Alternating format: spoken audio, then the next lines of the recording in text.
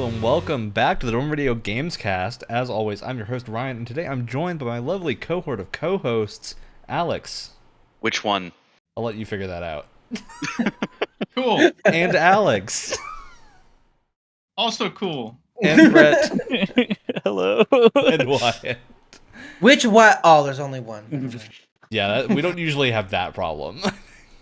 Not typically a which Wyatt problem. Today, we're talking about some games that we're pretty excited for. We're trying to keep it in check, but at the same time, Armored Core and Starfield, right around the corner. And I think all of us, to varying degrees, are excited about one or both of these games. Brett and I are losing our minds waiting for Starfield, or for Armored Core. Wyatt and I are losing our minds waiting for Starfield. I don't know what Alex is really that excited about. Which one, Ryan? They haven't voted yet. It's 50-50 split. Yeah, Oh no, I'm both. I'm excited for both. Armored Core. I would like to be proven wrong about Starfield. Okay. Wait, do I have to? That's a Wait, fair do I have to statement. pick only one to be excited about? Yes. Yes, One Alex you only do. gets to You be have excited to about choose. Armored Core. The other only gets to be excited about Starfield. That's All right, how fair it enough. Yeah, we're very restrictive about that I mean, on this podcast. to be fair, it's not like there's a bad option yet. Neither one has come out, and Yet. both look like they No. could Yet. probably be pretty good if everything goes well. All right. If Well, everything let's go goes ahead well. and get started with, before we get full tilt into the hype train, I want to open it up. We typically have done games on the show. What we haven't done in a long time is just talk about what people have been playing for a little bit. So I want to go through each of us and get just bullet points about what's a game that you've been playing that you've been enjoying to build, Throw me a curveball. keep yourself contained before the behemoths arrive at the end of the month. I'll start. Why not? Yeah, go for it.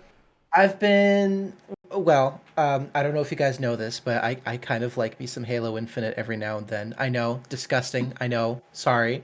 Why have you never but told me about this, Wyatt? I listen. Some things you If- gotta listen, keep.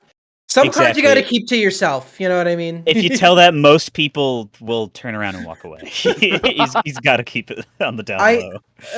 But you know, sarcasm meter down a little bit. I have been enjoying the new season a lot. They have a really good version of Infection.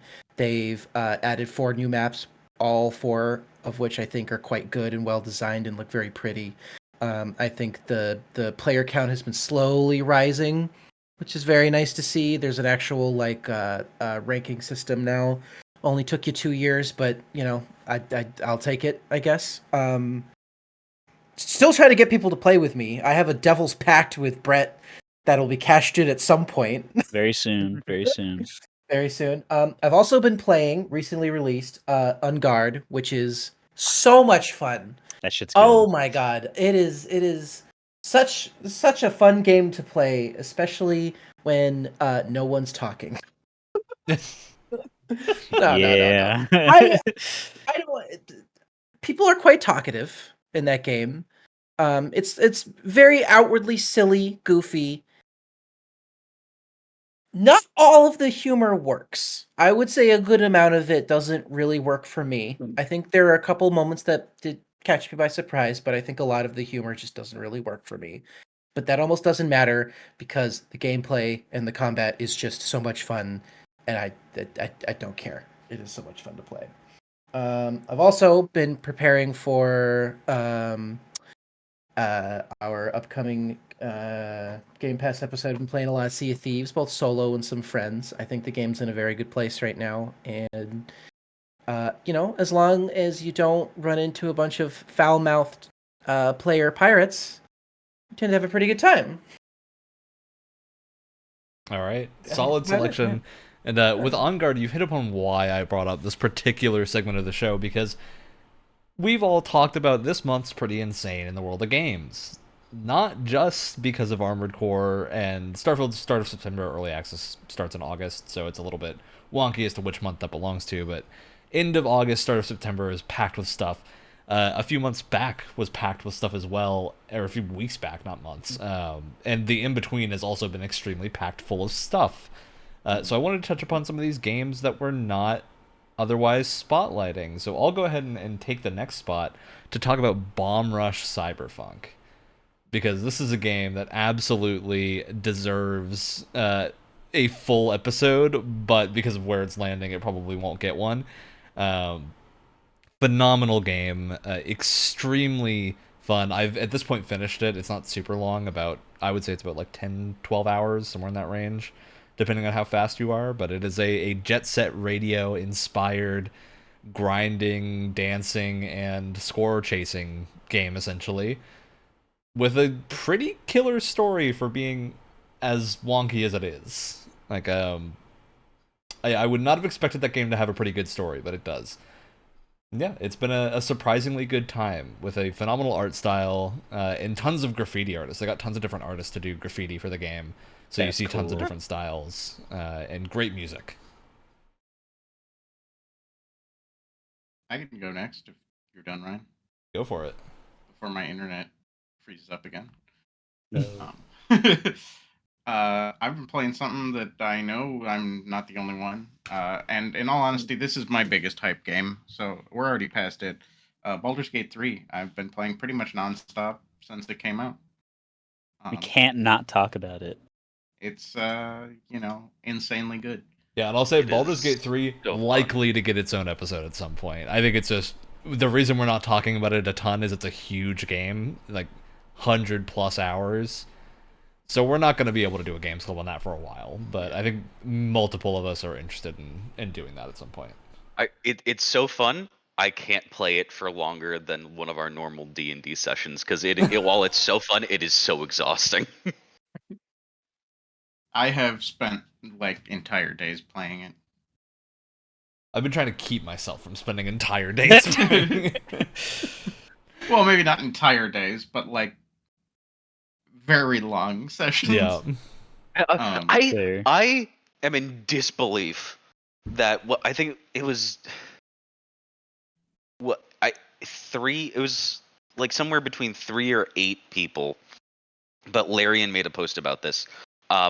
Were able to finish the game within the first 3 days of it releasing. Wild. Are they okay? I do think they need to be checked on. Probably. Are they using like bugs or like exploits or anything, or it's just playing the No. game? Probably You just can get bum through it rushing pretty the fast. story at it. I went through Act 1 really fast because I had spent early access overturning every rock, and so I was just not feeling the need to overturn every rock again, even though I know that it's different. I also knew that I'm gonna have another playthrough, so I was just kind of like, anything I don't find now, I'll find another playthrough, and it'll be more fun that time, you know? That makes sense, yeah. There you go. And to your point about the time it takes to play this game, I'm looking at my friends list. First of all, there's like 8 people playing it right now. That's the first sign of a good game. And then the second one is that I have a coworker who has spent over 170 hours in the past 2 weeks. This game. Let me see how I can check how much You've I had know. vacation, have you? It's however long the Steam recently played time is, which I believe is 2 weeks, and the rest of them have at least 40 in the last 2 weeks. So. Oh my Man. god. I have 41 in total. There was a couple hours there from early access. I had played most of early access on Steam because I had a friend whose library shared it with me, and then I ended up buying the whole thing on GOG. I'm definitely not going to have anything impressive, but let's see what. I love that we're comparing playtime now. I'm at 56. I'm sorry. It's trying a to really hold myself fun back thing a to little do. bit. I'm in Act 3. I kind of breezed Oh my through it. god! Yep. You're playing this game faster than anyone I thought capable. Nothing it was possible to get that through in that quickly. I have played a perfectly even 20 and a half hours. Nice. All right. Well, that takes us to Alex and Brett. What have been your 2 games? I think Alex, we know you've also been playing Baldur's Gate. I By now.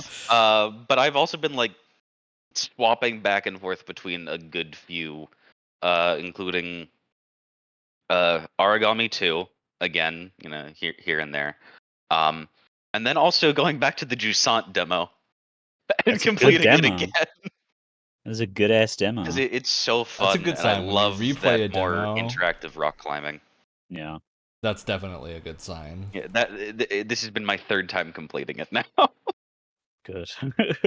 And we don't have too long until that comes out in full either, right? That's It only is this winter at some point, unspecified month, but um. All right. Well, if it's on to me now, then I finally get to talk about Fear and Hunger on the podcast, which is not oh my a game god. that you can stream without mods because there's visuals in it that Twitch doesn't like. Uh, but it's one of those zany little funny little old JRPG or RPG Maker games that is somehow more open ended than some AAA RPGs these days. Because you get things like different food items and bear traps and torches and spells and things that all go into like a sandbox that's all in this very crunchy, like semi-painterly, semi-pixelated art style that is just the most brutal, horrific fantasy setting you could possibly imagine. I think one of the top Steam reviews is you play in the world of Berserk as a side character, and it really does feel like that. You are Nails not the the main feeling. character. Yeah, you are not the main character in the story. Being dismembered is just part of the gameplay mechanics, and if you do, uh, if it's like one arm or one leg, you're probably maybe fine, but that's not ideal, and you can get both of your legs chopped off, and you will just have to crawl at like one tile at a time pace through the rest of the game. You can also just get your head immediately chopped off too, right? Because that Yeah, counts you as a limb. Yeah, you can get decapitated by the not pyramid head that follows you around. It has a Resident Evil Nemesis character that will just appear in any room in the first section of the game, and like God. bust through walls and stuff. It's absolutely terrifying. I don't know how they fit it into RPG Maker, but listen, that engine is never going to die ever because of this. And I haven't even The beaten it yet because I've only gotten one of the endings, and it was the fake one. oh Um, no. and yeah, it's barely even a spoiler, but like you do the thing that you were sent there to do, and you leave the dungeon. But it was so traumatic that the screen fades back into one of the hallways of the dungeons, and you're mentally trapped there for life because it was so scarring. But Oh, nice. they pulled a am- Signalis on you. Yes, I'm working on beating it so I can play the second one too at some point because I know they tie together. But pretty soon the games that we're going to talk about will come out, and I will be able to do neither of those until I'm done with both of them. Nice Which little will wait. be never. Yeah. Never.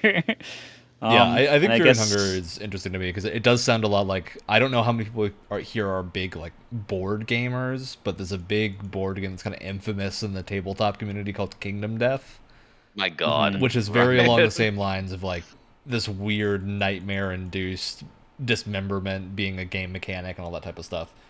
yeah. Very interesting to see the parallels. All right, Actually, well, not heard of that before. oh, you haven't heard of Kingdom Death, Alex? I'm I haven't. very surprised. I'll have to show it to you at some point. It's a very wild game with great miniatures. All right, let's get into our main topic for today, which is Armored Core and Starfield. So I'm gonna say let's start out with Armored Core because it comes first. It's our first game up. We're doing this sort of hype presentation for these games because I think we're all, a lot of the times on this podcast we have to be negative, Yes. and now is the chance to not be for a little while. So this okay. A little bit. I was unsure if this was like a we're getting excited podcast or we're checking everyone's hype. I In think the It's a bit of kneecaps. It can be both, but both. you know, I think the thing here is I don't think anyone in this group is particularly likely to have their hype be at a level that needs to be checked. It makes sense. Like, I No, think yeah. hype checking is very important for very specific reasons. Of like, Mhm. a lot of people will, their hype will be like, they'll be too hyped for something, it'll come out and it won't meet their expectations, which were way too high, and then they'll be disappointed and they'll start like insulting developers and other things. Like, that's what we want to Yeah. avoid. And then they'll go not being committed excited domestic. for a game. Yeah. So I've got some footage here from the Armored Core showcase to go over in the background as we're talking about it. They did a big multi-hour showcase of Armored Core footage featuring a ton of content creators and whatnot from the community, which was super cool. And we'll talk about a lot of this stuff because I think Brett and I have some interesting things to say about the debacle that has ensued after this. Yeah, I have some things There's a about the debacle presentation. already? Yeah, Well, of we need to course talk there about the is. game mechanics first and kind of give everyone an introduction to what Armored Core is to begin with. Yeah. And this footage does a good job of showing that because I think the content creators like Fighting Cowboy and Ouroboros who were doing this presentation were kind of briefed on like ways to show people what the different parts of the combat loop are. So you can see here that he's going for like a nice quad leg, tankier hovering build, and then we'll see later a faster reverse legged build from Ouroboros, which is very cool. Mhm. So And Fighting Cowboy in particular, I know, was part of a session with What a boost. a couple of the guys that they end up doing the 3v3 PvP matches later, where they were there for a couple days before, like testing out parts of the sandbox and stuff. So he was in the position of someone who was like he already knew like vaguely. yeah, he also has a how preview to video play. up from the Yeah. event they ran in California. That was like an event where people could come play it if they were content creators. So Yeah. that happened, and so Fighting Cowboy at this point has had a lot of time with this game. And so we're seeing, I would say, gameplay that is pretty indicative of what someone who understands the systems will look like.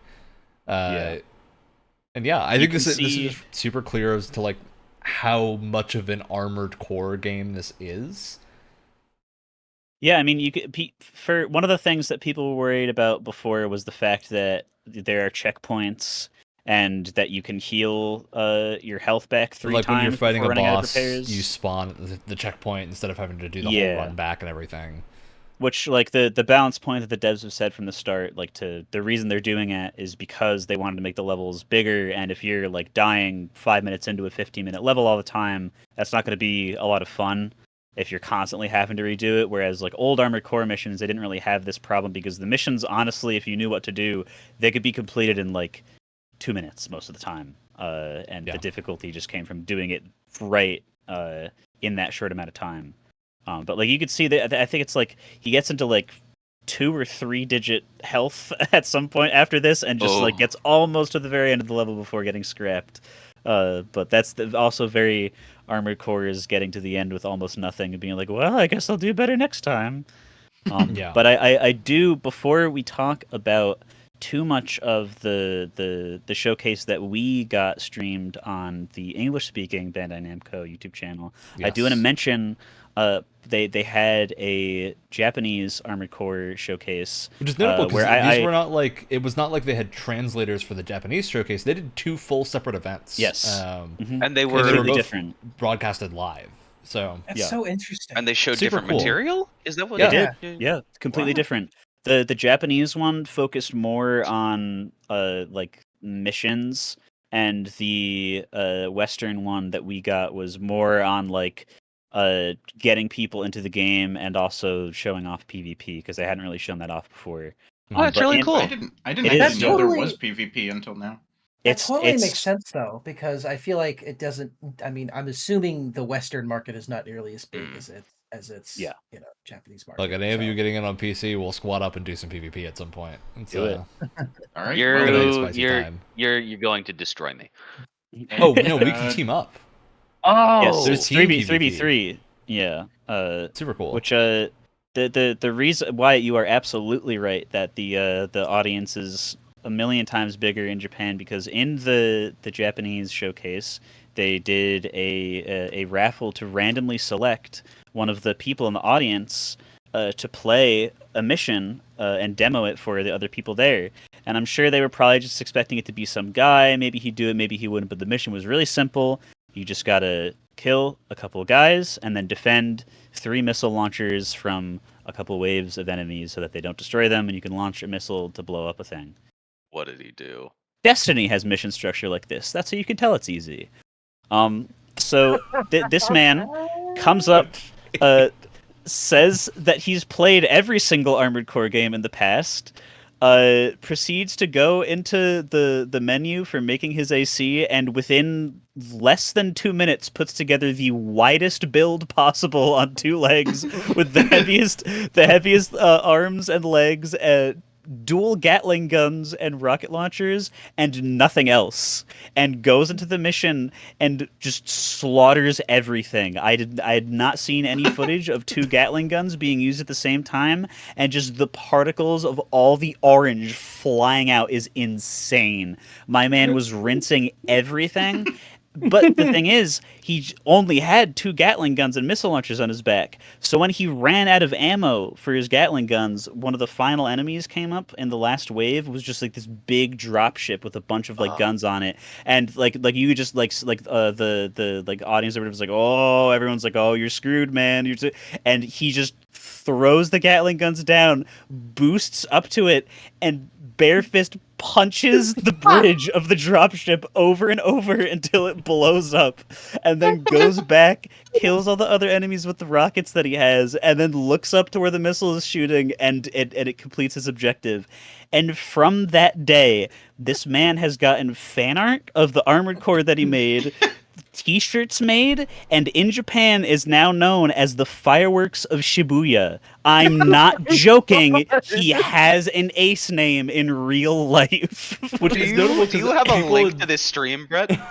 Well, Yeah, we can show some of it oh, afterwards, shit. but Oh my god, that's it's notable. amazing. In Japan, there were demos of this game being Yes. done at a bunch of different locations, and people were getting ace names from doing the demo. So like, I only know a couple of them, but there was like a group of 3 people that beat the demo in a row in I think Nagoya, and they were the Tri-Stars of Nagoya.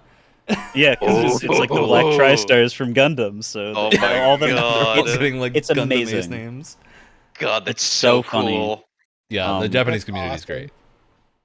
Yeah. So and it's very clear that just because like I almost feel like having like that come before our stream was a good thing, because now people who aren't super into the franchise, like they see Japan's behavior toward it, and it's like, well, now I kind of want to do that too. I want to give people silly ace names when they do something cool for the first time. Like that's just sick. Like, why wouldn't you want to do that? That's awesome. That's, Yeah, I think like, the it reaction totally I've works for the seen game. from people in like general gaming media and fans and whatnot has been very positive towards that. Of like, this is a cool thing that's happening that we've just never had happen over here. So I'm hoping it does happen, that people will start like, when they're doing PvP, giving people other ace names. Yeah, please. Well, I and, don't and it's wanna, almost it's almost a perfect time to reintroduce Armored Core. It seems like, because Yeah. I feel like that divide between, you know, the West and Japan in terms of like what games we get and what's popular in what area. I feel like that divide isn't nearly as like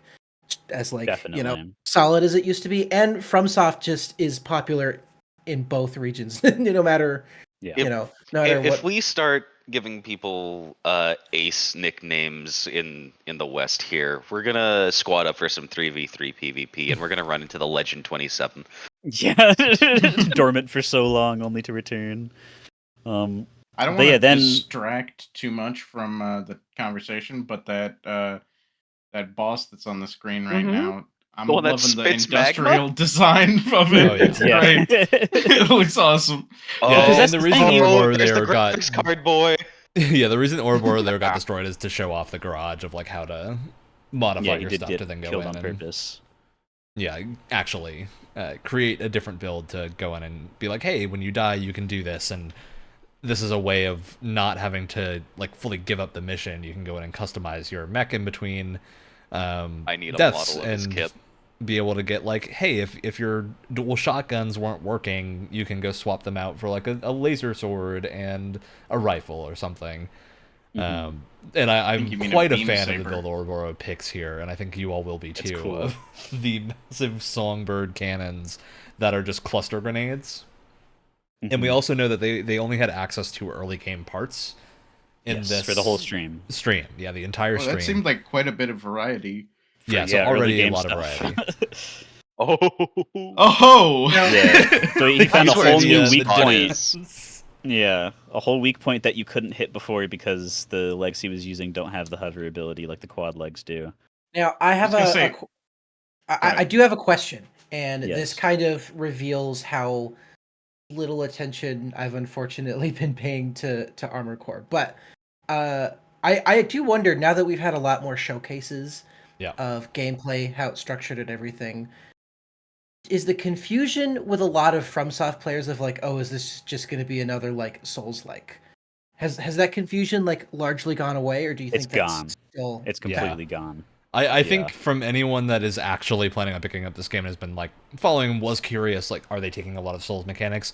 The answer is largely no. I mean, I think the things that are Souls inspiration coming from this are more just From Software's staples in general, like cool boss fights, and they have a like Sekiro type meter here instead of a Souls meter. with poise. Yeah, you have or ACS stagger. building up, which once you fill an enemy's ACS gauge, they go into stagger, like what just happened. And then you can kind of unload on them, and everything you do will do more damage in that time frame. So you're building up the stagger meter every time you're shooting them, and then you'll get big opportunities to like unload all of your stuff that would be harder to hit them with in the regular fight.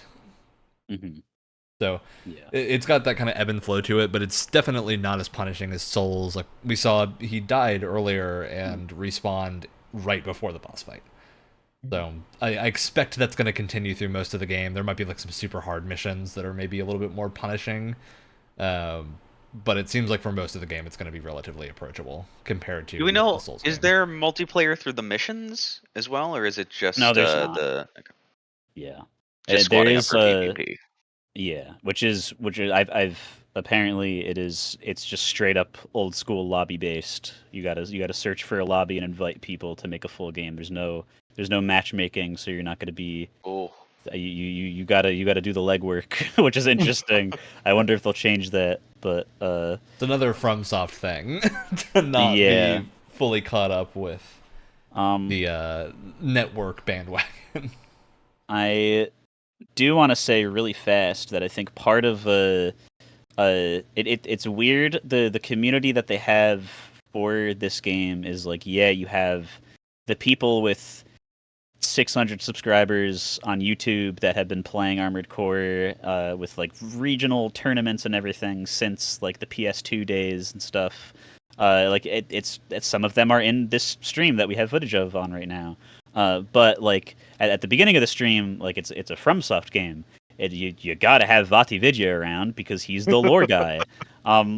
So I was interested in seeing what he would say, considering that as I watched his feature length video of him playing every single entry in the series to get prepared for 6, where he basically went through and was just like, there's nothing of note in story for the series, and I was, are you sure about that? The game with where the like part of the reason for playing some of them is to replay the story to get different endings and different reactions from characters and stuff. Like there's the story is very important in Armored Core. It's just not delivered through weapon item names like it is in Dark Souls or Elden Ring.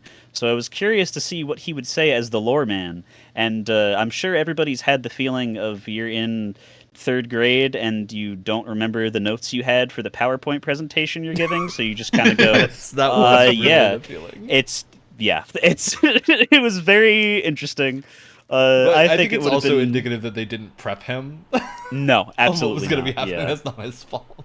But... Yeah, I just think there could have been better choices, because there's like so many channels that are devoted to like Armored Core lore specifically. There is one called Armored Core Lore, which the people from that were playing the PvP, I guess. So some wires crossed there apparently. But yeah, I just thought that was very interesting. Was at the start. Yeah, that's gonna end up in some the not E3 cringe compilation of 2023 probably. But for being unprepared, he did the best he could. But then for Fighting Cowboys segment that he did while he was doing the gameplay, the thing that most interested me is that towards the end of it, he doesn't really go into it. He just mentions it because he says explicitly that he just wants everybody else to figure it out for themselves. But there's a diverting path actually downward towards the end of the mission. And he's like, there's like a bunch of extra stuff down there, but I'll let you guys figure that out yourself. So it seems like there's going to be not only hidden parts, which is an Armored Core staple, some parts you can't get in the shop. You just have to find them by literally blowing up an unmarked like crate that's just in a sea of other crates. There just might be a part under one of them that you can pick up. The old invisible wall trick. Yeah, exactly. I also do love the sheer chaos of this PvP, Looks very Yeah, fun. we're gonna. And I think another There's a notable lot thing going here on. about the PvP is that it's not a like elimination mode. Like I think a lot of people were Yes. expecting. It's just classic TDM. So Yeah. you die, you respawn, you go back in, and then you keep going until time's up. Oh. Which to me feels like a great way to do this. So that way For it doesn't 3v3, feel like yeah. you're needing to be so Yeah, balanced. that about feels Mhm. really fun. It's not trying to be like super competitive. It's It. just Yeah, it's not as you know, hardcore as a Souls PvP. Yeah. doing fight. that, seeing Yeah. other people's builds. That sounds like a blast. I think Coming that- from someone I think who 1v1 does not is enjoy still PvP elimination. a lot. Yeah. I was gonna say for 3v3 with elimination too, that could be like devastatingly quick if it Yeah. was, Yeah. you Mhm. know. That would be straight up unfun. Yeah. Yeah, 'cause but I think one. the strat would always just be group up on one person, then eliminate the team one by Exactly. one. Yeah, which still works to a degree, but then the other guys respawn, and if they know what to do, they get right back into it, and it's a good back and forth, it seems, from what they showed off. But yeah, 1v1 is still elimination, and they actually, so the way that this went is pretty cool, honestly. They only had it planned for one 3v3 like mini tournament. They were just doing like best of 5 between Oro's team and Cowboy's team of 3 pilots. But then they finished the first one, and it just seemed like it was just like an on-call decision to what if we just did another one, and then they did. So they did another 3v3 best of 5, and then after that, they were like, "You guys want to do a 1v1 also?" And they were like, "Yeah, we do." So then they did one of those at the end to finish it off. Wow. So it seemed like everybody was having a lot of fun, and if you watch Cowboy's camera when it's on him, he's the big dude in the giant dad tank top. With the There's tank just treads. parts. Yeah. Yeah, with the tank Tank, treads. with a tank bottom and a tank top. Yes. There's some parts where like he'll just go absolutely crazy, and he's just smiling like a madman, and that is how you can That's tell kind of what he's when. doing right now. Yeah, that's how you can tell that the game is fun enough to Warren looking like a Oh. crazy person. Yeah, But, and also He's note that, definitely, so like- this is where I think we could talk a little bit about the reaction to this showcase, because I think most people Yeah. are aware of what Armored Core's gameplay is like. You pick 4 weapons, you pick a bunch of parts, and you go in and do the mech missions, mission based with an arena mode too. I am glad we got the confirmation of I think there's like 29 arena fights, which seems super cool. Very Yeah, excited built to in do without those. having to find another player. Yeah. Yeah, which are a thing you can do along with the main game. That like when you do them, you'll get a little bit of narration from the other pilot and about what they are and why you're fighting, and then you go and murder them, and it's a great time. Thoroughly enjoyable. So I'm looking forward to that part of the game. But I think this PvP match showed a lot of uninformed things from fan reactions. Because Ouroboros, I don't believe, was part of the group that got early copies or anything. Fighting Cowboy was. So this was not super fair to begin with, because Cowboy had a lot of time with the game prior to it, whereas Ouroboros had only had a little bit. So, like, making balanced decisions based on these two fighting is probably a weird thing to do.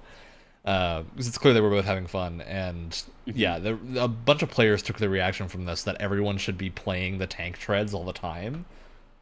Yeah, it's interesting because I watched Ouroboros' standalone video that he posted, I think today. He was like, I need people to understand that the last time that I played Armored Core was 10 years ago. So he was compared to Fighting Cowboy, who had been there for literally a couple days. He said, like, prepping, like trying to think of like what to tell people to get them into the game when he was doing his part of the showcase. Like, yeah, there's going to be like a massive experience difference just in that short amount of time. And I think to watch that whole PvP showcase and only come out with tank builds are overpowered, you've missed basically everything except for the last like 30 seconds of it. Because there's That's another one point where showcase. That's it. That's all we've had. Exactly. That's not enough information to go off. and the game isn't out yet. You haven't played it before, so shut up. How are you supposed to know what's meta or not? There isn't a meta yet, and I hope there isn't one because I hate that term so much. But I actually thought that the 4-legged ones looked really cool because of the amount of hovering you could get in. That's the thing. When particularly when Cowboy is using his 4-legged one again, this probably as he's going to do in this match, I'm pretty sure. At some points, he just looks directly up and uses the hover boost feature to just get to the top of the skybox, and you can just hover all the way up to the top. Ouroboros doesn't do that because he doesn't know that you could do that yet, because he hasn't had experiments within the sandbox yet. So you can just do that cool thing where you just fly away from the guy with the tank treads, and he's going to have a really hard time getting off the ground because he's on wheels. Or aiming high enough up. That's another thing with the aiming. Is that another guy that was here? He goes by the username Cleric, who's another long-time Armored Core. Yeah, Cleric's a super they refer chill to dude. as legacy players. Of the way that each of these teams was set up, is it was Cowboy and Ouroboros, then a legacy Armored Core player, and then a dev team member. Yeah. I was just about to ask who the other 4 players. Yeah. Cleric was on Cowboy's team, and his whole thing, basically, because another one of the things that people were whining about a couple months ago is that hard lock-on, where you just like click in the stick and the circle goes around a guy and your camera follows it without you having to move anything.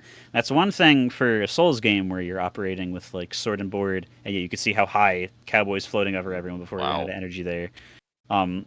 It's one thing where you have to like still get up to the person and hit them with your sword, but it's another thing if you have guns and you're like just completely locked onto someone. What's stopping you from just being able to hit all of your shots? He's so high up. But clearly, FromSoft, who's been developing games for the last 25 years, could not possibly take anything like this into account, and the game is going to be terrible because of it. Well, Cleric, not like it's my at man, least the 6th of the game in this series. Yeah. Cleric, my man, went out of his way to spend the entire showcase and multiple of the testing periods beforehand testing the hard numbers of what hard lock-on actually does for you in Armored Core 6. And it turns out that if you rely on it all the time, you are actually going to suck and lose and die because using hard lock-on, and in the description of the ability it does say this, using hard lock-on actually gives you an accuracy debuff. After a certain range, like, your camera will follow the thing as long as it's not moving too fast to break it, which is another thing that people claim didn't exist, but the devs said over again did exist, and they confirmed that it can be broken. If you just fly off the screen fast enough, then they can't lock onto you anymore. If you use the hard lock-on and they go far enough away, you just won't hit any of your shots. And if you're using like the hummingbird, the songbird cannons, where it just fires like a big splash damage shot, I mean, it's like missing a shot being fired out of like a tank in Halo or something. Like, you missed your shot, and now you got to wait for the slow reload time. Seconds of reload time, and you lost a lot of time, basically. So, yeah, that's if you're using hard lock on all the time, you're going to have to be in really close range and with weapons like the Gatling guns that are just going to be spraying a bunch of stuff, and some of them are going to hit no matter what you're aiming at. And he found that while he was using soft lock on, which is you're looking at them, you have to move the camera and aim manually. There's just your guns will aim more automatically towards that point. Soft you actually lock on, get that's more... the one where you manually try to keep the circle over them? Yes, that actually gives you way more accuracy than hard lock on does, and it's harder to pull off because you have to do it manually, which is how all the older games used to operate. So clearly, hard lock-on is not the game-winning button that you just press to win every single match, and there's still a lot of, there's a skill ceiling to hit. The dev to make a auto-win button happen. Yeah. I do wonder. I do wonder the Venn diagram between people making these baseless claims after watching a showcase and not even playing the game, and the other circle being people who just don't like Souls-like and FromSoft games to begin with. You know what I mean? Because there's definitely like whole corners of the internet that are just like the no fun havers, and they will just constantly bash on like any time. Yeah, like it's a like game the same that's reaction made people by... had bashing the graphics of this game, where it's like I don't know how. Aside from the bitrate of this stream, which was definitely under par. Well, it's worth pointing out. This is. I wanted to highlight two of the builds that we saw during the PvP, because just because it's PvP doesn't mean that you can't use every single part that you get from playing the story mode. And even though this is just like early game parts, Ouroboros' entire team is using tank treads and 2 Gatling guns. So there are currently 6 Gatling guns at least on the map right now. And you can see when they all 3 of them zero in on one of Cowboys' team members, they just obliterate them completely because 6 Gatling guns on one guy, there's nothing much you could do really. So to go back to the aiming thing, what are we looking at right here? Is this the hard lock on or the? This is soft lock, and actually, Okay. this is during this match. I forget if it happened already. I don't think so. But Ouroboros, when it's him and his AC on screen, he's fighting someone else who's literally just bunny hopping in front of him, and he's using the hard lock. And even just the bunny hopping, the hard lock can't keep up with it. It's too much movement, and none of his shots end up hitting because just the bunny hopping is enough to get him out of the reticle. And he actually ends up changing targets to somebody else who isn't moving as much, so that because he has been playing the game as much as Cowboy has, he's relying on the hard lock too much because it's just the lock-on mechanic, and it ends up biting him in the ass because it can't hit the shots that you would be able to if you were just soft I'm locking. loving that purple and green really looks like a transformer. Yeah, it does. It looks like a Devastator or something like that. Sorry. Oh, from one of the parts that goes together for the big. I know exactly what you're talking about. Yeah. But yeah, it really seems like, and like people are already trying to like meta craft and stuff, and it's just I'm constantly over and over again reminded of that one like 5-second clip of just the screenshot of Kaiba from Yu-Gi-Oh! And it just goes, meta this, meta that. Haven't you ever met a girl before? And it like, just shut up. Just the game's not out yet. You don't know what's good. By this point, like there's probably going to be nothing that one-shots you unless it's like a whole team of people shooting at you at once. And in that case, their team comp is better than yours, so you have other things to worry about than their weapons being good. It's very silly. Yeah, and it's also the same with, counter... like, Elden Ring is kind of the first time that FromSoft took a really aggressive approach to balancing post-launch, and they balance separately for PvE and PvP. So I would expect to see the same thing here of like, if something is busted at launch, it's probably going to get fixed pretty quickly.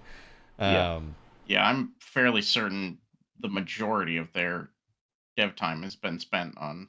Yeah, and I'd also really question how big the PvP is compared to, like, because I think so many people are focusing on the PvP, they're forgetting there is an entire campaign and like tons of missions. Probably a campaign you're meant to replay more than once. There's 3 endings, Yeah. I would imagine that's more of the focus in the PvP is. Exactly. Because that's the thing. From past releases that have had like online multiplayer, like the game comes out and it has whatever, like the 1.0 version of the game. In 4 and 4 Answer, I know for a fact that every time they do like a patch that changes weapon balance and stuff, they call it a regulation patch, and you can actually manually switch which regulation patch you're on the home menu of the game. Cool. Like at launch, like certain things were just like crazy overpowered because they're like weapons that the guy on the front cover of the game would use, who's the boss. So of course his parts are going to be really good because he has to slaughter you with them. But like after multiple regulation patches, like different things vary. So yeah, they've said they're doing the same thing here apparently, which is cool. And also this match, Fighting Cowboy is using the guy in the middle, which is using only energy weapons, and is like the lightest build he could possibly make. And whenever it switches to him, I just want you to think in the back of your head about people calling the mech or the tank legs overpowered. When you look at Fighting Cowboy fly across the map at 1,000,000 miles an hour and just blow people up like they're made of glass. And he's doing the complete opposite build, and it just shows that he's a so supersonic open. fighter jet right now. It just tells me it just shows me personally how sweaty gamers feel like they have to be. Exactly. That they're trying to find meta and trying to point out like what isn't balanced for a game that hasn't even come out yet. Mm-hmm. Which just like for the love of God, like, stop optimizing the fun out of things. I'm sorry, I don't get it. It almost makes me feel like an old man where I don't get it. It does, because someone because in this big discourse, I'm in a couple Armored Core discords so that I can be in the 1v1 lobbies when the game comes out.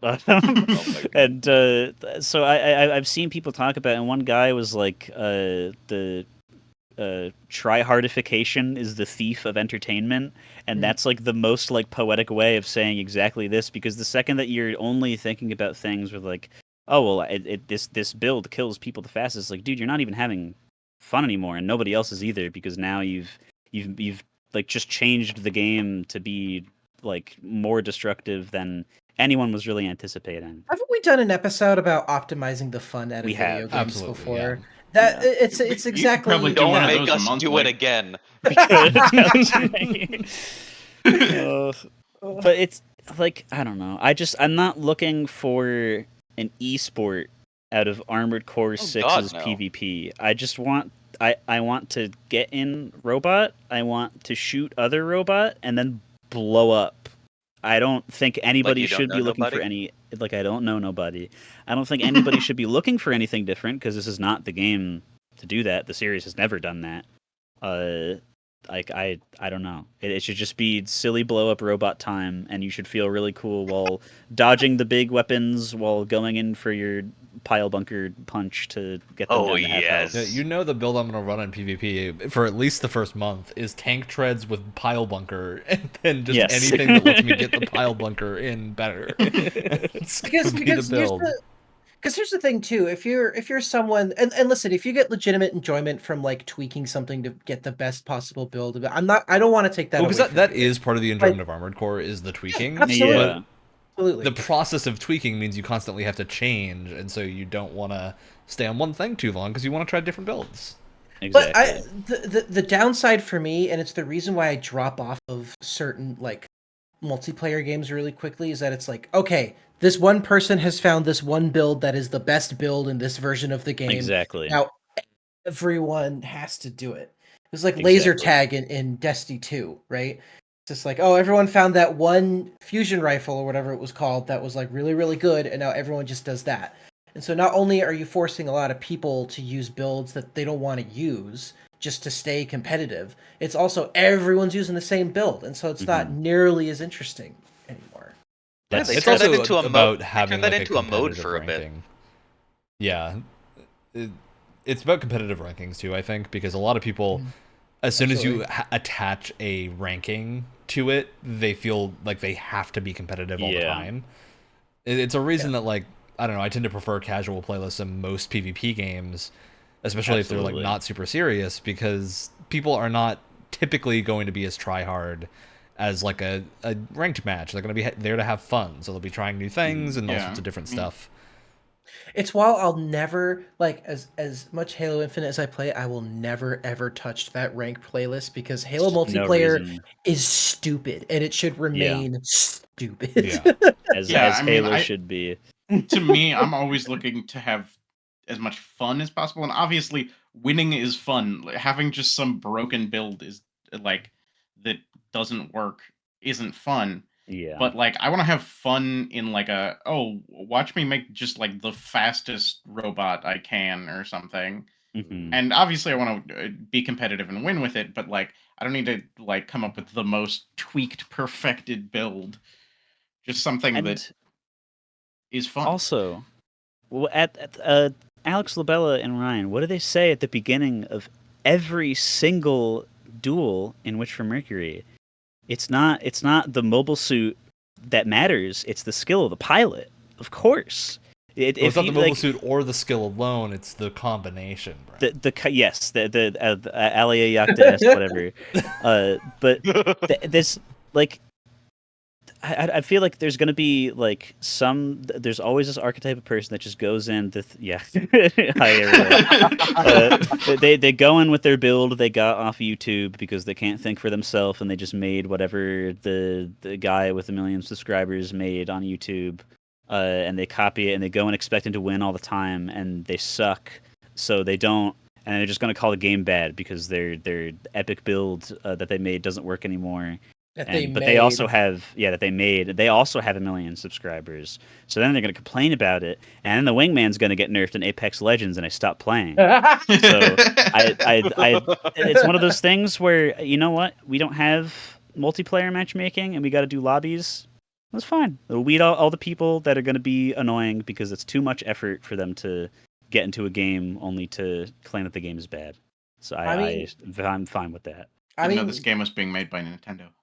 And to bring Halo Infinite back up again, one of the reasons that I oftentimes play Infinite more than I play MCC is because so many times in MCC you just get people who have done nothing but played Halo 3 for their entire life and know where you are at any second of the match. It's the worst. It's the worst. It's the worst feeling in the world, and you just want to leave and you don't want to play anymore. But if you leave, you get penalized, so you just have to take it. You just have to sit there and take it. That's the reason I've never gotten into StarCraft 2 multiplayer. Yep. Oh God! Like I just want to. You're signing yourself up for like a 30-minute thing. Yeah. At least that too is just like, oh, I'm gonna get matchmaked against some guy in Korea who's been playing since 1,000 hours today alone. Multiplayer, it's arcade. It's never actual on the arcade. When they were born, they had a Starcraft keyboard and out the mouse, womb. and they were already freaking. Yeah. His first word was macros. Bless his heart. That's awesome. But yeah, I don't know. I came out of watching both the Japanese and American streams, and I am even more excited for the game than I was before, because it was basically to me, who apparently is able to pay attention more than the 80% of the gamer population on the internet. It just felt like a nice pat on the back where, like, it's going to be okay. The game is going to be exactly what you wanted it to be, having played the other ones before. And I was like, that's great. This is amazing. This is the positive parts of the community are probably the most positive I've seen out of any like new game that's coming out. Like, they're already, like I said before, I'm in multiple discords of people who are like also in the different multiple discords, but there's like hundreds of people in each one that are just like, yep, here's our different chats just for 1v1 or 3v3 matches. We're gonna have tournaments set up on day one when the game comes out, and they're all just God. everyone's so excited because like this is a franchise that was presumed dead, and rightfully so, for 10 years after they released like 4 games that nobody cared about and are now like $200 on eBay. And then they released Dark Souls, and then they wouldn't be allowed to make anything else for a while.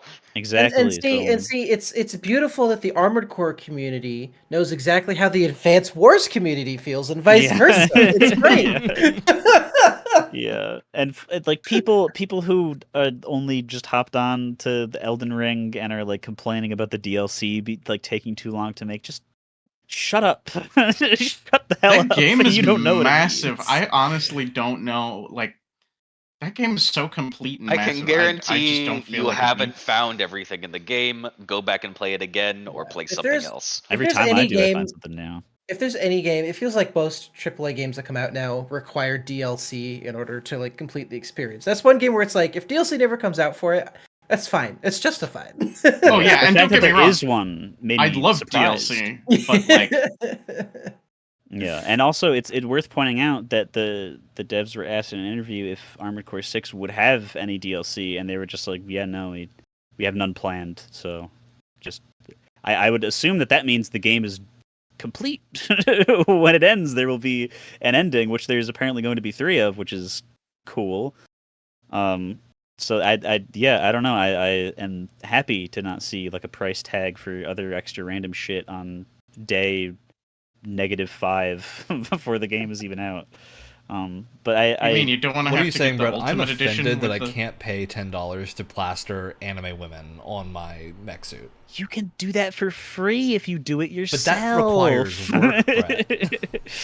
I feel like this is coming a little too much from the mouth of a World of War Tanks player, right? I wish there was a game called World of War Tanks. That'd be pretty rad. You combined World of Warships and World of Tanks together. World of Tanks. I want that now. I want to see what a war tank is. I want to know. I want to know what a War Thunder has all of them, right? I want to know what a Or is non-war that just the tank planes? is. Just a What is regular that old even? tank. Civilian grade tank. Yeah. Great tank. Tractor. Yeah, I think the thing that the showcase really sold me on is just build variety. That was a big thing for me, is because we haven't gotten to see a lot of like varied gameplay until the like all the previews dropped and we got to see people's individual footage, we hadn't seen a lot of different footage of different things, and so getting to see all the variety of energy weapons, the variety of missiles, the fact that you can run around with all these rifles and have like a long-range rifle style, or you can be running with railguns, very satisfying. I'm satisfied that my swarm missiles are in the game, Yes. as well as the pile bunker, so it's got both of the best weapons, which means Are you it's going gonna to be be the best game. trying? Are you going to be trying to run both of those at the same time, Ryan? Oh, For your first build? absolutely. Absolutely, I'll be running whatever missile launcher gets me the most amount of missiles per fire. That's what I'm going to be running, combined with whatever lets me get the pile bunker closest. That's the build. It's very simple. God, what a heinous camo paint on that guy in the stream. Yeah, I love it. Well, he's actually I'm pretty sure he's cosplaying an Armored Core from Last Raven, who is famous for using those exact things to pound you into paste. I hate fighting that guy. One more comment about just what I'm seeing on stream. I think that so far, obviously there's sort of a bitrate thing going on with the video, and then also me watching it through Discord. But it's seemingly quite stable for the amount of particle effects that are going on screen. Yeah. At certain points. Yeah. Apparently, because again, Fighting Cowboys had a lot of time to play the game. Apparently, he was able to play it on Steam Deck, and it was solid 50 the whole time, which is better than Wow. Elden Ring, actually. Considered playing this on Steam Deck, That's I feel like it would be Yeah. impressive if it was insane. solid 30 on that. Well, that's the thing. It's the same engine as Sekiro and Elden Ring, and I guess by this point, because that engine was very clearly based off of the stuff they made, like Bloodborne and Dark Souls 3, and like by now, I'm sure they've probably like ironed out most of the kinks in it and are able to just like you probably just put anything as long as it's third person into that engine, and it would probably come out working on the other end. And that also means that you are going to be able to put whatever character model you want in place of whatever you're using with the power of mods. I was gonna say, we're gonna see some really cool Gundams and some extremely cursed things. Yeah, just a giant Hatsune Miku with the minigun is gonna be It's gonna be fantastic. It's gonna be awesome. I absolutely cannot wait. Yeah, I think this showcase and everything, this has been a huge show of confidence for me in this game, because comparatively, FromSoft tends to not release a lot of gameplay and whatnot until the game releases, and they followed that pattern for this, and I think all of the gameplay that they're releasing is really, really confidence-inducing. Yeah. It all looks good. It looks like it's running well, which is almost always the problem. Like, even Final Fantasy 16, that was always the issue with gameplay close to release, is we could see that it wasn't running great. When it released, it was also not running amazingly, even though that game, phenomenal game, but like crazy amounts of slowdown at times when it first released. It's been kind of patched out now, but yeah, I think it's showing all of this gameplay, and especially not restricting these guys' builds so that they're actually just fully unleashing whatever they want. And like, we saw the 6 Gatling guns on screen, and it didn't look like it broke everything. Yeah. I think very, very cool. And I think it's good that we're getting this much information and gameplay as well, because I feel like in a sense it's needed. Because like FromSoft hasn't done anything like this in a long time, and Yeah, so like, FromSoft's been doing the same thing for the last 10 years. Yeah, so it's like you have to do two things. You have to reassure old Armored Core fans that you still got it, and you also need to explain what the hell Armored Core even is to your Souls-like fans that have never played Armored Core before. Mm-hmm. And so I think in that sense they nailed it. Yeah, They genuinely. can do it with Armored Core. Can they do it with Lost Kingdoms? Metal Wolf Chaos? Oh, or Metal Wolf whatever? Chaos. Chaos XD.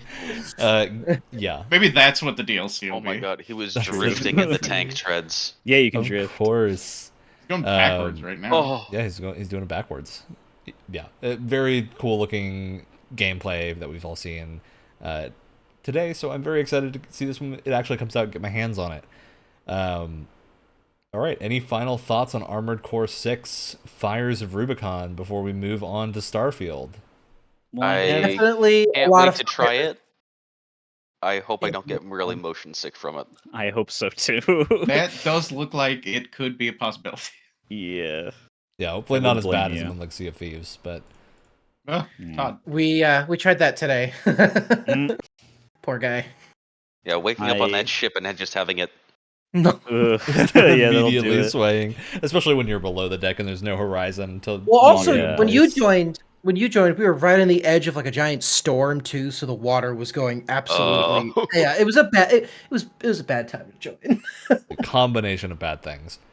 Yeah. All You know, right, I we'll hop do over have- to our I have a segue. There he is. There's You have a God Howard. segue? Do you have a Segue segue that to Todd. it's a segue to Todd, but it's not a very nice segue. Not for Todd, but during the entirety of the Western stream, the chat, which you should never look at, but this time No, I you had made a mistake, Brett. because it was Oh, just no. on the bottom part of my phone because I was watching it at work, and usually it's just like assorted different kinds of stupid, but this time it was like some like 4chan board or subreddit somewhere got all the annoying people who like Bethesda Oh, together and got them all to come over and start bashing the game and start saying that Starfield's What? going to be better in every way. This game looks like shit compared to Such, Starfield. that's such Starfield not a goatee. comparison. It's not, but it's annoying. It makes the whole community of Starfield look like a bunch of idiots because you just got so many people coming in, probably some of them bots, and just spamming the same thing over and over. And it was really it was hard to tell what like any people being like, oh, I thought this was going to be different, but now that I see the good showcase that is happening now, I didn't know that was the case. This is fine. It's all completely taken up by people saying that Starfield was better, and then people complaining about the people saying that Starfield was better. So it was absolutely terrible and even worse See, than usual. Why can't we just have a Barbenheimer situation where Exactly. you have These two games things that aren't come out? like these games They're not- aren't trying to compete with each other. One They're has not. vehicles, the others doesn't. I think there is a case to be made here that this month means every game releasing is competing with each other, regardless of if they're similar, because there's too much. Like That is true. You have to And pick and they're choose both, what like, you're high playing bar. because it's too much. Baldur's Gate 3 has already shown that. I think a lot of indie games completely unrelated to whatever Baldur's Gate represents Hey, because of the reaction. There was plenty of competition for Barbenheimer. All right, The Flash. Come on. The Blue Great one, Beetle, Wyatt. which I think released with 10 million on. I think Blue Beetle came out just like this weekend or something. Yeah. Yeah, and it's doing terrible. I heard. Oh, that's unfortunate. I heard that it was tied with Guardians Volume 3. Oh. I don't think that's the case. All right. I don't think that's what's going on. Derailed the I've really conversation already. Was that the full segue? That was the full segue. I didn't expect it to go this direction. I was Can expecting I it to have Todd go on more screen successfully now? in. Well, it He's sounds like staring it's time. at me. It Yeah, sounds but like it's I'm time for just a too hot overload, toddy so I on gotta swap stream. between them to get Todd on screen. You know, gotta have his. Can we face can we when get running. another face cam just for Todd? God, Yeah, Howard. Todd looks really God damn. Todd looks really 4K right there. Can we Photoshop in Fighting Cowboys' reaction to Todd Howard being on screen while he's playing the game? Cowboys reaction? Yeah. So I'm just running B-reel from the Starfield Direct that happened at the.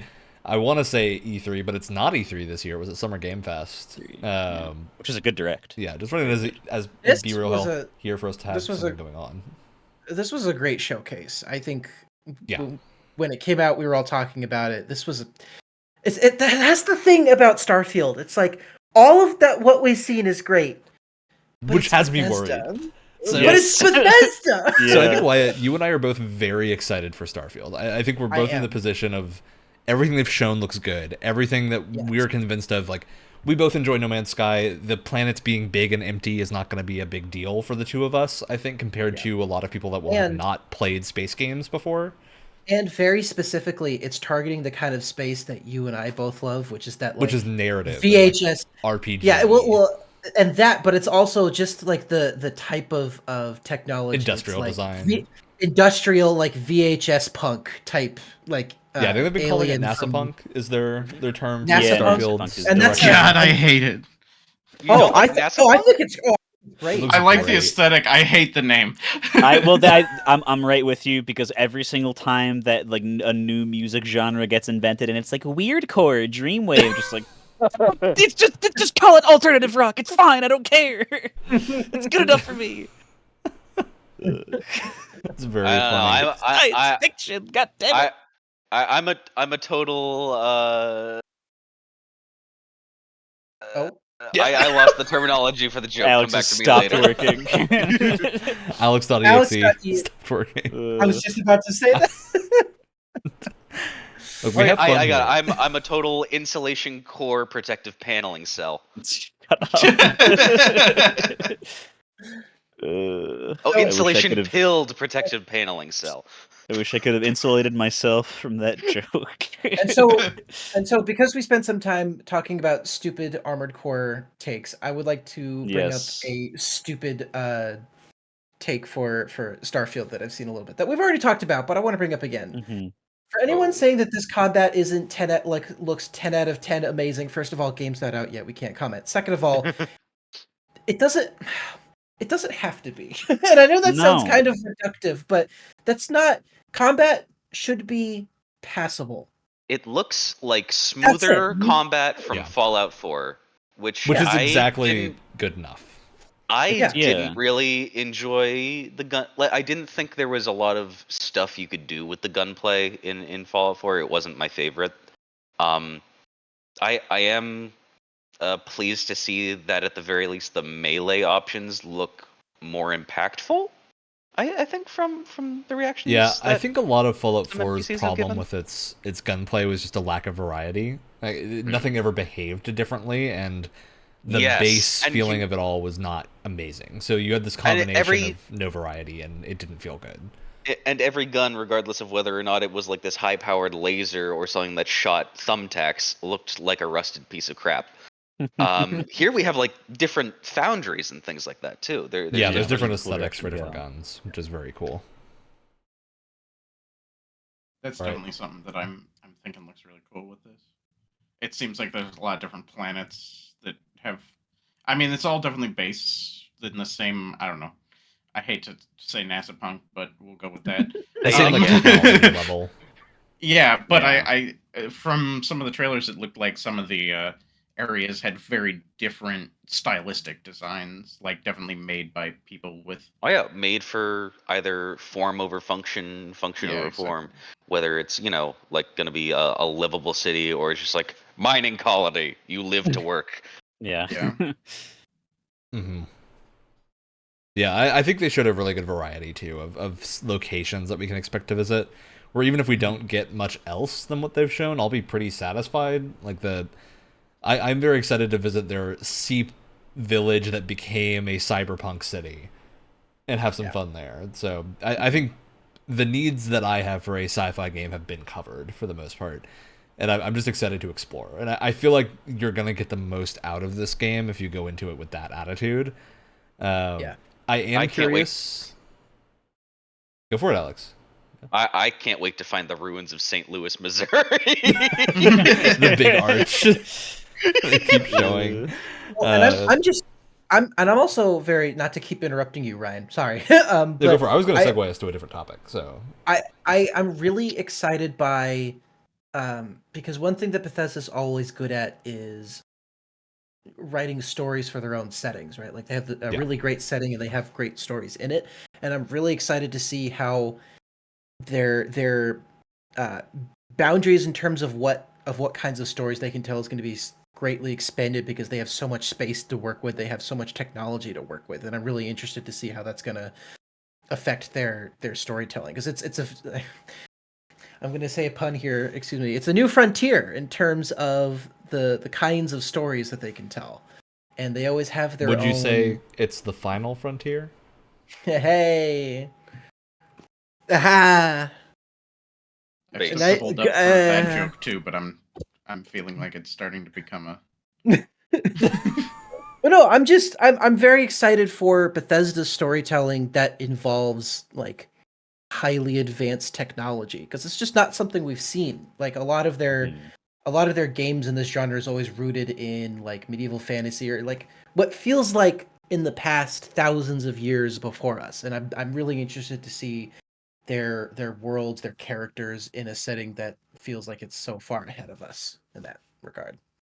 Yeah, I definitely agree with you there. I'm excited to see that this is like a very different setting than they have approached in any of their other games, at least in any recent memory. So I'm very excited to see what the take on it is, and I do hope it does feel different than Skyrim or Fallout. I am a little worried this will end up feeling a lot like Fallout. I think the way like we've seen some of the guns react with recoil and things like that. I think some of the guns are definitely going to feel similar to like the plinkies.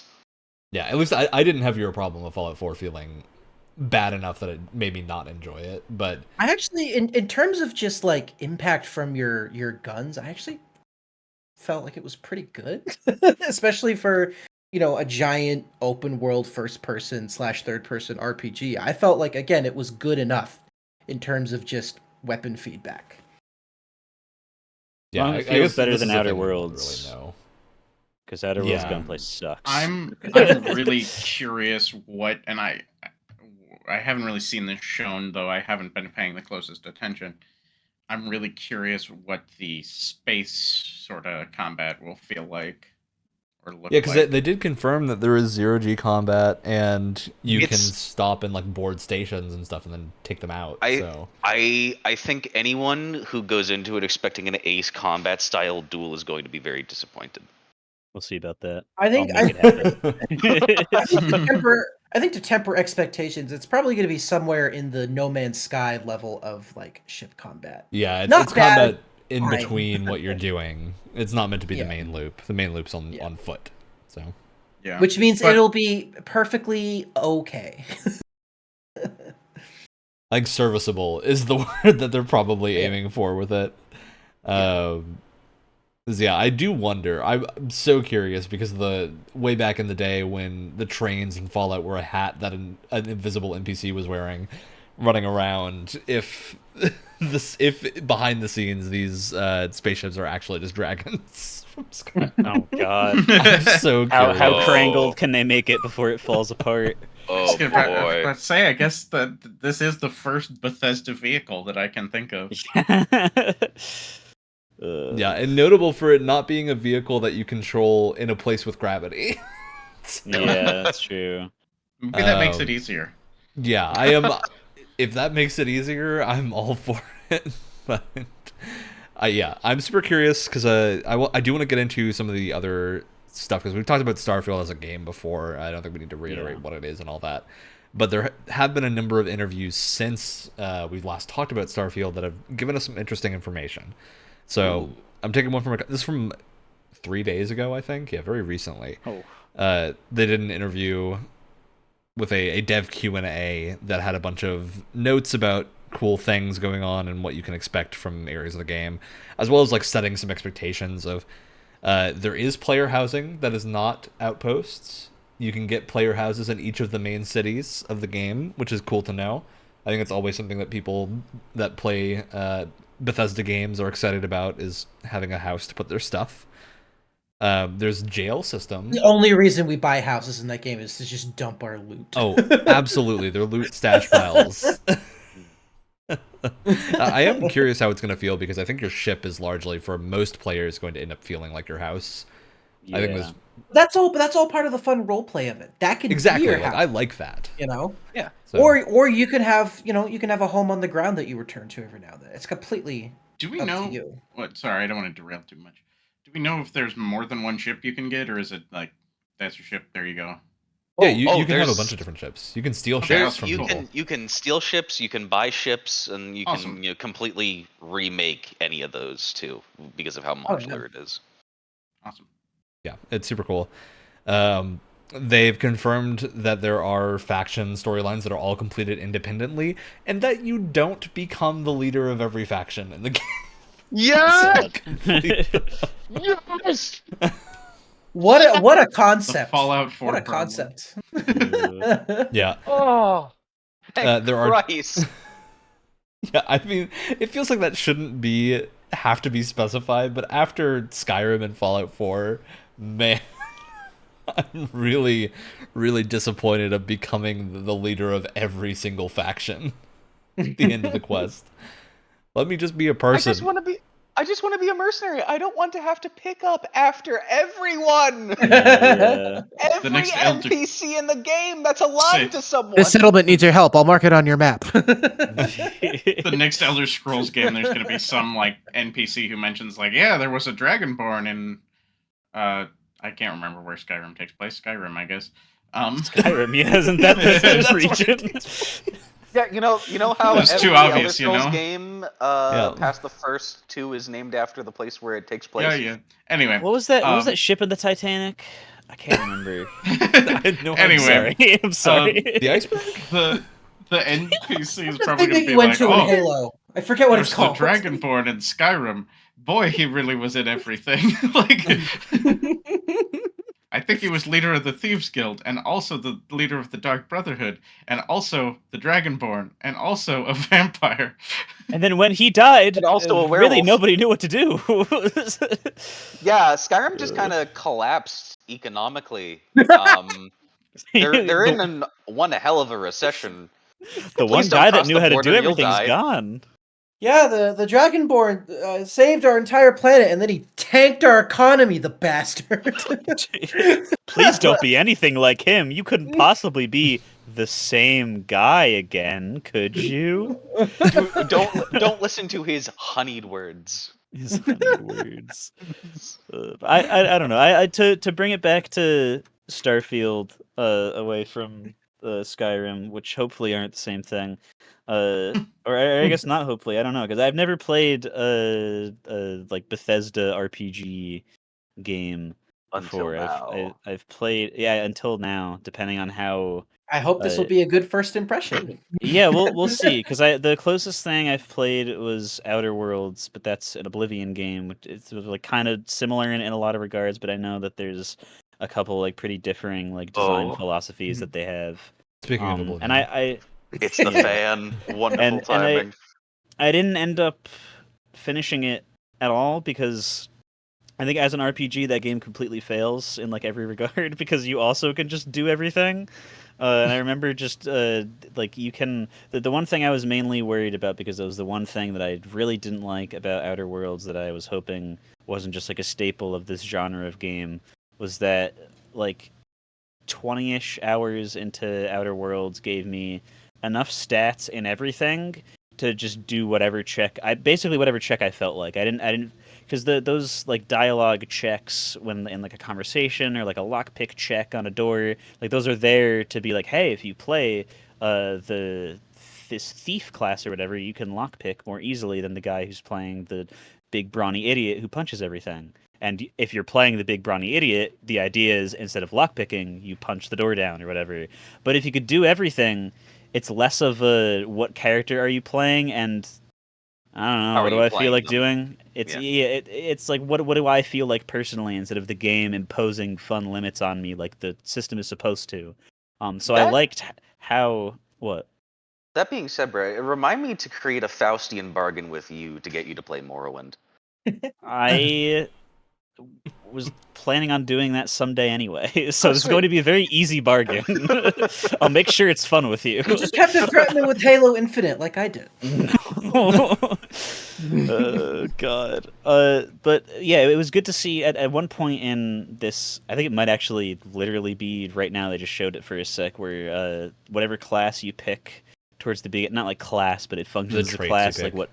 Yeah, like whatever background you come from. It's like if anyone's ever played System Shock 2 or Fear and Hunger, where you can pick your background at the start of your character creation, and there's like little other things that you can swap around within that to kind of make a different kind of chef or a different kind of space pirate. But at the end of the day, if you pick chef, you are working with chef stats, and so your food's going to be really good. But when you better have some of it left over when a gunfight starts because you're going to need it. You wouldn't happen to be going up against any enemies that are weak to ladle damage, would you? No, this is not Dark Souls 2.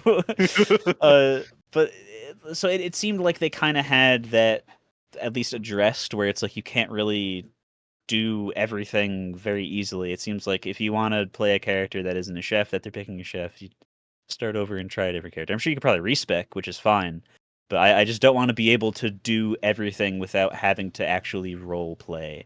if I could just do everything and be like a god, like 15 hours in, I'll feel a little bit failed mechanics wise, because I want to go up to a door and be like, well, you can't lockpick, so you got to find some sort of key for it, and I want to go find the key because clearly some game design went into having to find a key to open the door, and I want to experience that. That's what playing the game is. I don't want to just breeze through everything because I have 40 in all of my lock picking and dialogue stats or whatever. I kind of felt like Cyberpunk had that problem a bit. I was like, wow, I'm really good at everything, even though I really spec'd hard into net running, but it's hard with gunslinger and whatnot.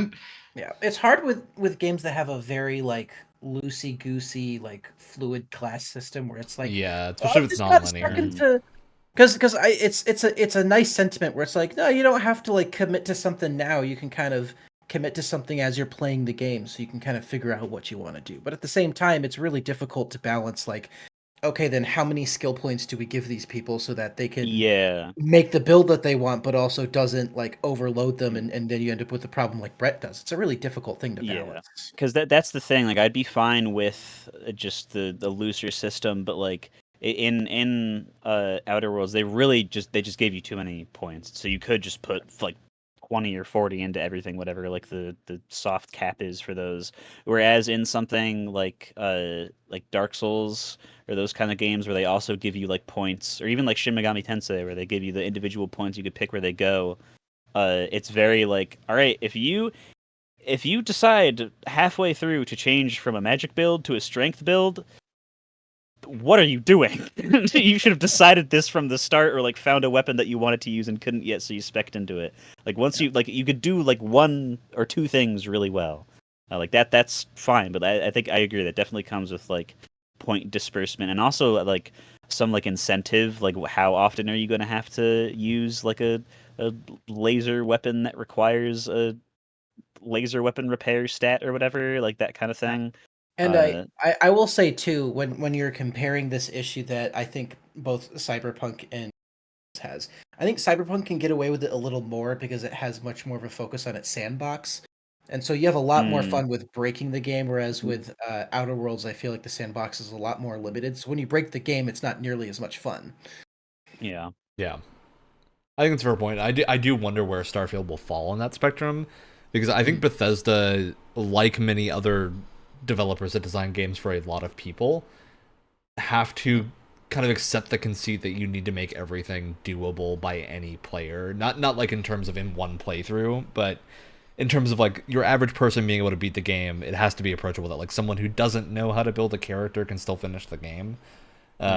Which I wonder where on that scale they're going to land on. If it's like the way that they did that is simplifying the perk system to be the badges so it's not too complicated, or is it going to be that they actually don't lean too heavily into having like skill checks and locks in a lot of places?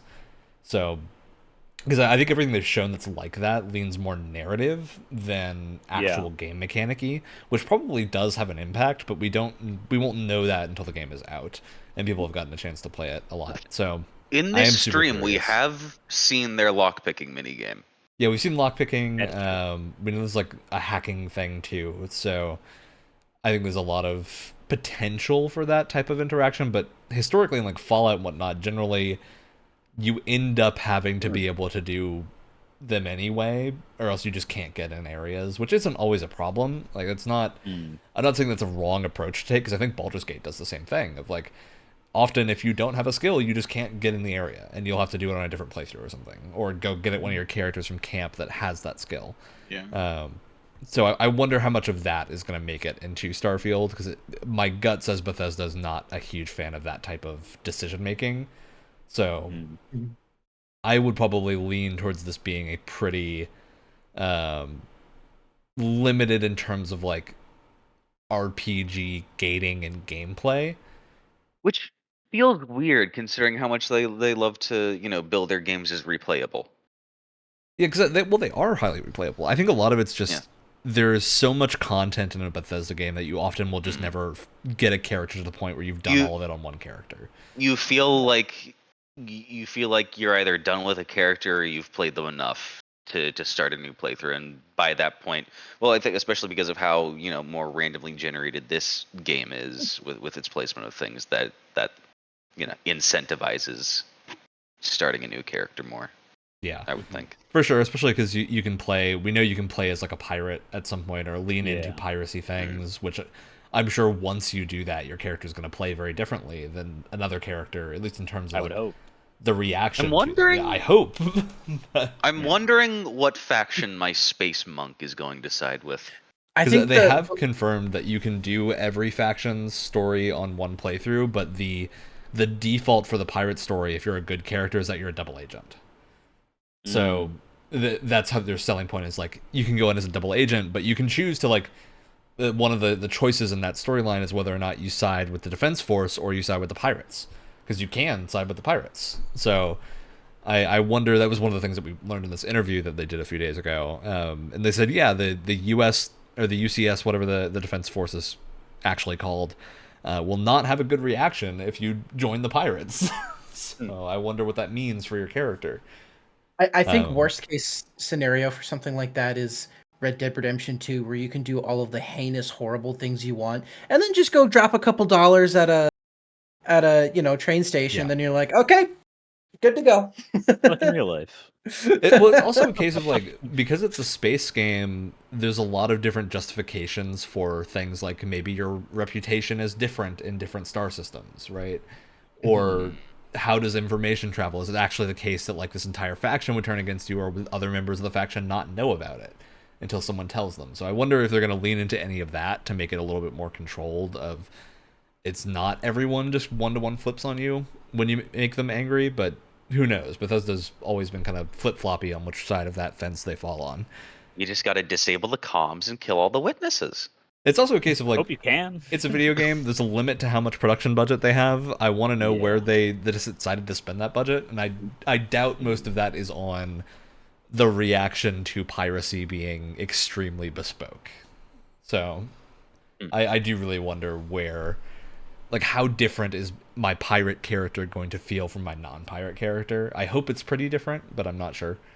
So they have they've always stressed when they talk about Starfield that they're returning back to a lot of older kind of design philosophies that for their older Bethesda games, which I think had more of, like, set classes and, like, a lot more RPG gating, and I think that's what a lot of fans have been asking for.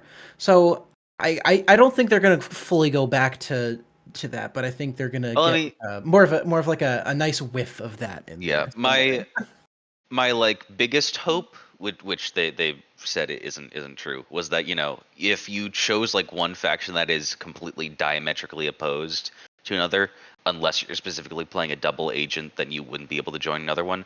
Like, or the way that you build a character, like if you build as a mage in Morrowind, there is literally no chance of you being able to join the Fighters Guild, or like vice versa. If you build as a fighter, if you can't cast spells, you're not going to be part of the Mages Guild.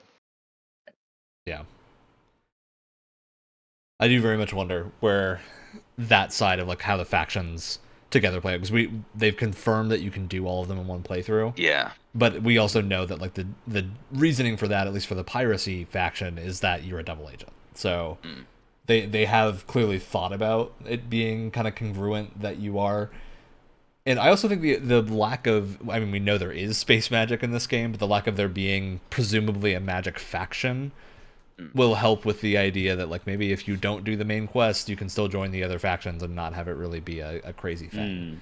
So, because I think that's a lot of why Skyrim in particular had issues with, like, the weird feeling of, oh, I'm Archmage, but also head of the companions, but also captain of the Solitude, or the Imperial Army in Skyrim or something.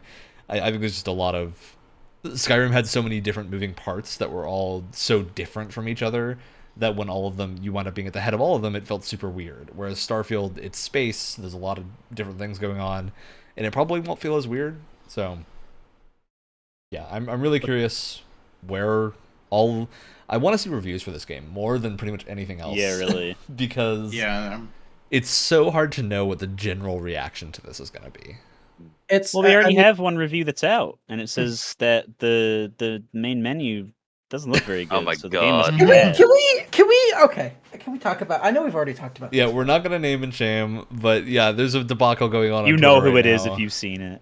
Yeah, there's a debacle going They're on a dev. Twitter where a dev pulled up some screenshots of Starfield's main menu and was like, hey, this doesn't look good, and that means the game is probably low effort or something. Like, Yeah, I think they said it was either low effort or that it was rushed into looking that way. Meanwhile, it looks very nice. Like, it does not look like a bad main menu. Yeah. Yeah, I definitely want to take a thing of that. Like, don't judge games based on the main menu UI. It's like that's And to be literally the clear- new age of the saying, "Don't judge a book by its cover." And to be clear, the justification for that was like, oh, oftentimes a menu says a lot about a game, and it's like that. Not always. Usually, a lot of the times, a menu won't actually like click what it means until you've finished the game. Sometimes more than once. And there's hidden meaning to it, and you're like, "Oh my god, that's Exactly. genius!" I'm gonna bring up the an example. game, it looks like every other Bethesda menu. That's the thing. Like, and they all look like that. And oftentimes the games are very good, and they have generally, okay, well, no, not generally good UI, but they have sometimes had good UI. Functional. But functional UI in most cases. And I think Starfield's UI, from everything we've seen during these showcases, looks legitimately good. Like a step up from every other Bethesda thing that's released recently. So, looking at all the UI that's actually in the game and then saying the main menu is the reason that it's not great, that's a huge leap in logic. And it's also, I do want to be very clear here, we're not directly quoting this person. They didn't actually say the game's going to be terrible. They just said, like, the menu is often... It's like the first impression, and devs spend a lot of time on it, and it tells you if the game is going to be, if they were passionate or if it's rushed. The main menu will tell you which one it is. So I will say that reviewer gave off Cuphead tutorial energy. A little bit. It's another one of those. The same energy that people judging like art give when they're confidently just saying something that means nothing to anyone else. It's just there's a reason that art is really hard to judge because it's very subjective, and so I'll tell you. Like you know things. what? I'll tell you what vibes it's giving me. It's giving me the vibes of people who were talking about how bad that GTA 6 leak looked. It was like, why does the game look so bad? Why does this game that's clearly in development and is not ready to be shown off to the public look bad? Yeah. Art is like the first thing that's always finished in a video game. Of course, duh. It's like so obviously. Stupid. And like this one in particular too, it's like what do you want from your main menu of your game? Like it's meant to be like there's a reason not every game is Persona 5. Like his 15 minutes of fame. It's a huge amount of effort and everything has to tie into it. Another good example, not every main menu can be God of War Ragnarok. That is literally just like you hit play and then like right from the menu, that's like the first shot of the game. It just kind of transit. Like not every game is going to do that. Not every game has to do that.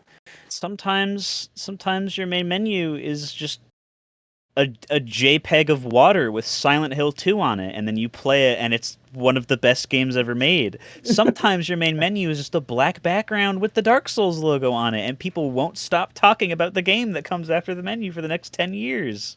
I mean, in the end, the menu is literally there to show you play game, like load game, new game, options, quit. If does it do those things, it's a fine main menu. Yeah. We're even in an age where sometimes games just start and don't even show you the main menu. They're like, go, just get in there. Yeah. First objective, survive, run. It's like, it's like you're a paratrooper in World War II. Green light, go. It's just very straight. It's another. It's like it's very interesting that, and we'll like there's there's hype and anti-hype so much for both Starfield and Armored Core that it is definitely it's because they're coming out around the same time, but it is definitely a good idea to have them on the same episode because it's so much at the same time. They have a lot and of the in same both problems directions. pre-release of like how people are reacting to them. So yeah, I which think that both it's not really games the game's fault in too. either case. Both games are games that people are hyped for, Mm-hmm. big releases, and games that really haven't shown that much of them. Yeah. So there's a lot of speculation. Yeah, especially About prior it. to the showcase that Armored Core put out. Yeah. Like Yeah, in not seen much. Armored Core's case, it's like even now they're still only showing us stuff from like the beginning of the game. We Yeah, I haven't think seen the first anything. chapter of 5 is what they said is Yeah, what they're showing. yeah. So First chapter of 5, and even in that first chapter, we've only seen like 4 of the 11 missions. And then in Starfield's case, like even after this like showcase where there's a lot in it, like there's still so much that like they haven't. Why would they want to show everything? It's a big game. They got to keep probably most of it secret, otherwise it'll lose its luster like immediately. And it's interesting comparing these two because you have two games that have had showcases, that have had trailers that all scream positive things. Mhm. What's the big difference between these two? One of them is FromSoft, and one of them is Bethesda. That's the main difference. In terms of which game is going to get more pushback, Bethesda is fighting an uphill battle with nothing but bent spoons right now. Yeah, their last big release was Fallout 76. Like they absolutely have an uphill fight to get people to give them the benefit of the doubt. And brother, they FromSoft- aren't ladle resistant. Yeah. No. FromSoft is like, okay, they've literally just achieved the infinite money glitch that was Elden Ring, and now they can do anything. Here's what they have not even decided to do first. They've had this game in development for like 6 years by this point. So let's see what they can do now with like this crazy big budget behind them. I'm really excited. And on the other side, we have Bethesda where, well, if this game doesn't do very well, I will be worried for their standing as a company anymore after it comes out and flops. Like, that is very different. It's like the vibe of both of these games is so interesting because for our Armored Core's sake, it's like, oh, it's a very talented, highly regarded developer returning to a franchise that's lain dormant for how long was it? I don't remember. 10 but years. Since 10 5. years. And people are like, yay, like this And it was also developer a niche that's really high franchise quality. beforehand. That's the other thing. Yeah. Like, Armored Core was very niche. And it's like this developer that is now known by literally every single gamer ever is returning to this 10-year-old franchise, and it's, something great and to be celebrated. Whereas in Starfield's case, it's out of desperation. It's like, this has to be good or we are screwed. It's also not just Bethesda. That's the other thing. Like, Bethesda will be fine until Elder Scrolls 6, I think. Like, they're in a solid enough position with Microsoft, and Elder Scrolls 6 will sell so many copies regardless of if Starfield is good, that they're okay, but as a, company, Microsoft hasn't had a lot of big releases since Game Pass. Like, continually things that are first-party Microsoft titles or second-party where it's the studios that are kind of owned by Microsoft have been very rare, and just haven't been hitting the objectives that they need to, or just aren't coming out. Like, that's a huge issue because they are going up against Sony, who is releasing constant mega hits like God of War, Spider-Man, and The Last of Us that it's hard to compete with. And it's also not a case of, I'm not someone that buys into the console war being a big deal, but I think Microsoft has accepted that they just need better software. Like, their hardware is fine, everything else is fine, but Sony has had such a head start since the Xbox One and PS4 gen that Microsoft needs to start swinging back with really, really good games, and that just hasn't been happening. There's so much on the line. It's like Hi-Fi Rush was a hit, but Hi-Fi Rush is also basically like a AA thing. It's not. It wasn't the studio's full amount of attention and budget. And then Starfield. It wasn't something that they hyped up. There was a trailer hours before it released. Yeah, literally like 2 hours before. And that worked great. That was a phenomenal marketing tactic that they did. But Starfield doesn't have that benefit. It's a very high-profile game from a very high-profile studio. and it's one of the only big releases aside from like Redfall that has been recently released. And there's that What a hit! yeah, What a hit! there's such a list of negative things to say about Xbox's and Microsoft's big Game Pass like title selling things. They just haven't landed. And anytime a good Microsoft or a good product that comes out under Microsoft wing, anytime those come out, they're either, they fly under the radar all the time. I mean, Yeah. I mean, Ryan and I've been playing a ton of Sea of Thieves. That wasn't a great launch, but it's in a great place right now. But it's also flying a game under the radar. Sea of Thieves. I wouldn't say it's flying under the radar because it's a game that a lot of people just won't like. Like, I think it's a miracle that I like it because it's so far against the type of game that I normally enjoy. But I think Sea of Thieves is like, it's the always on PvP. I think the biggest killer for us with Sea of Thieves has been that we've been trying to do tall tales and then we just keep getting ganked by other players every time we try to do them. I think we've basically just had to be like, okay, well, we have to do these like at some time when other people aren't playing or something. Or we have to entirely spend our session trying to do them and not other things because it just is impossible to do them with the other players around because they just end up making it near impossible. And then you have to redo steps of the quest, and we learned that you can't even hop servers because if you hop servers, the quest objective changes. So we have to then re-find where you have to go. So it's a whole process that makes it... Which shouldn't be a problem. That's actually a good idea in theory. If you want to replay it, it adds replayability. But for our purposes, it's a nightmare. It just means we can't get it done, especially because we're only 2 people. That's the other thing. If Sea of Thieves has if you're going up against a galleon, you're screwed. Like, unless you're extremely good at the game. Me into play it on Thursday, I see. Yeah. I think the other thing is that, like, it's hard to get into Sea of Thieves because everyone that you go against is going to have been playing the game for years. Yep. And as fun as that game is to play, getting into it is it's an exercise in frustration, which I am more tolerant to than most. But it's never going to be like a system seller for most people. So yeah. That's true. And Starfield is like a big game busters game. So yeah. Well, and that's the other thing. You say system seller. It's you can't even call like big Microsoft exclusive system sellers anymore because it almost doesn't matter if it sells Xboxes at this point. It's more about the platform, right? Yeah. So it's like it's an entirely like it's a game that has so much riding on it, but it also has entirely different goals in terms of a Microsoft exclusive. Yeah.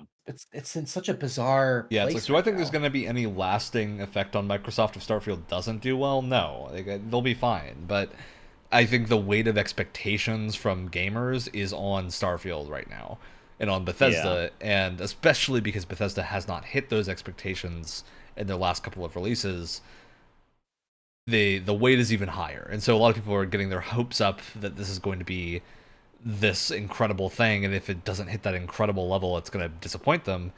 Whereas I think a lot of us are more like, as long as this delivers on the things that it said it's going to deliver on directly, I think we'll be more happy with it. So our expectations are not quite as high as a lot of people, I think. But yeah, I do really hope that they can get this release across and done well, and that we'll see some fun DLC or something down the line.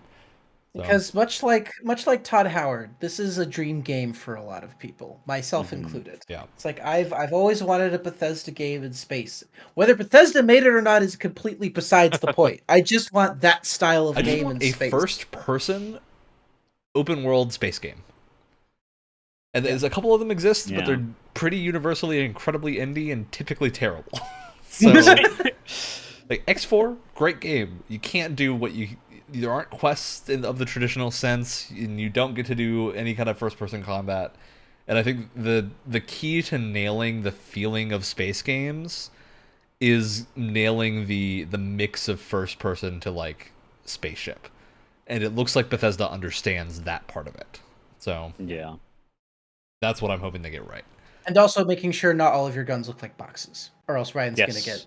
Yeah, or else I'll personally just be really mad. And they've already succeeded there. They've already gotten a lot of guns that don't look like boxes. So I like boxy guns. Food in there too. I like boxy guns. I understand the need to not have all of them be boxes. I like a degree of boxiness, but once you've reached the level of like the laser guns in Fallout, you've gone too far.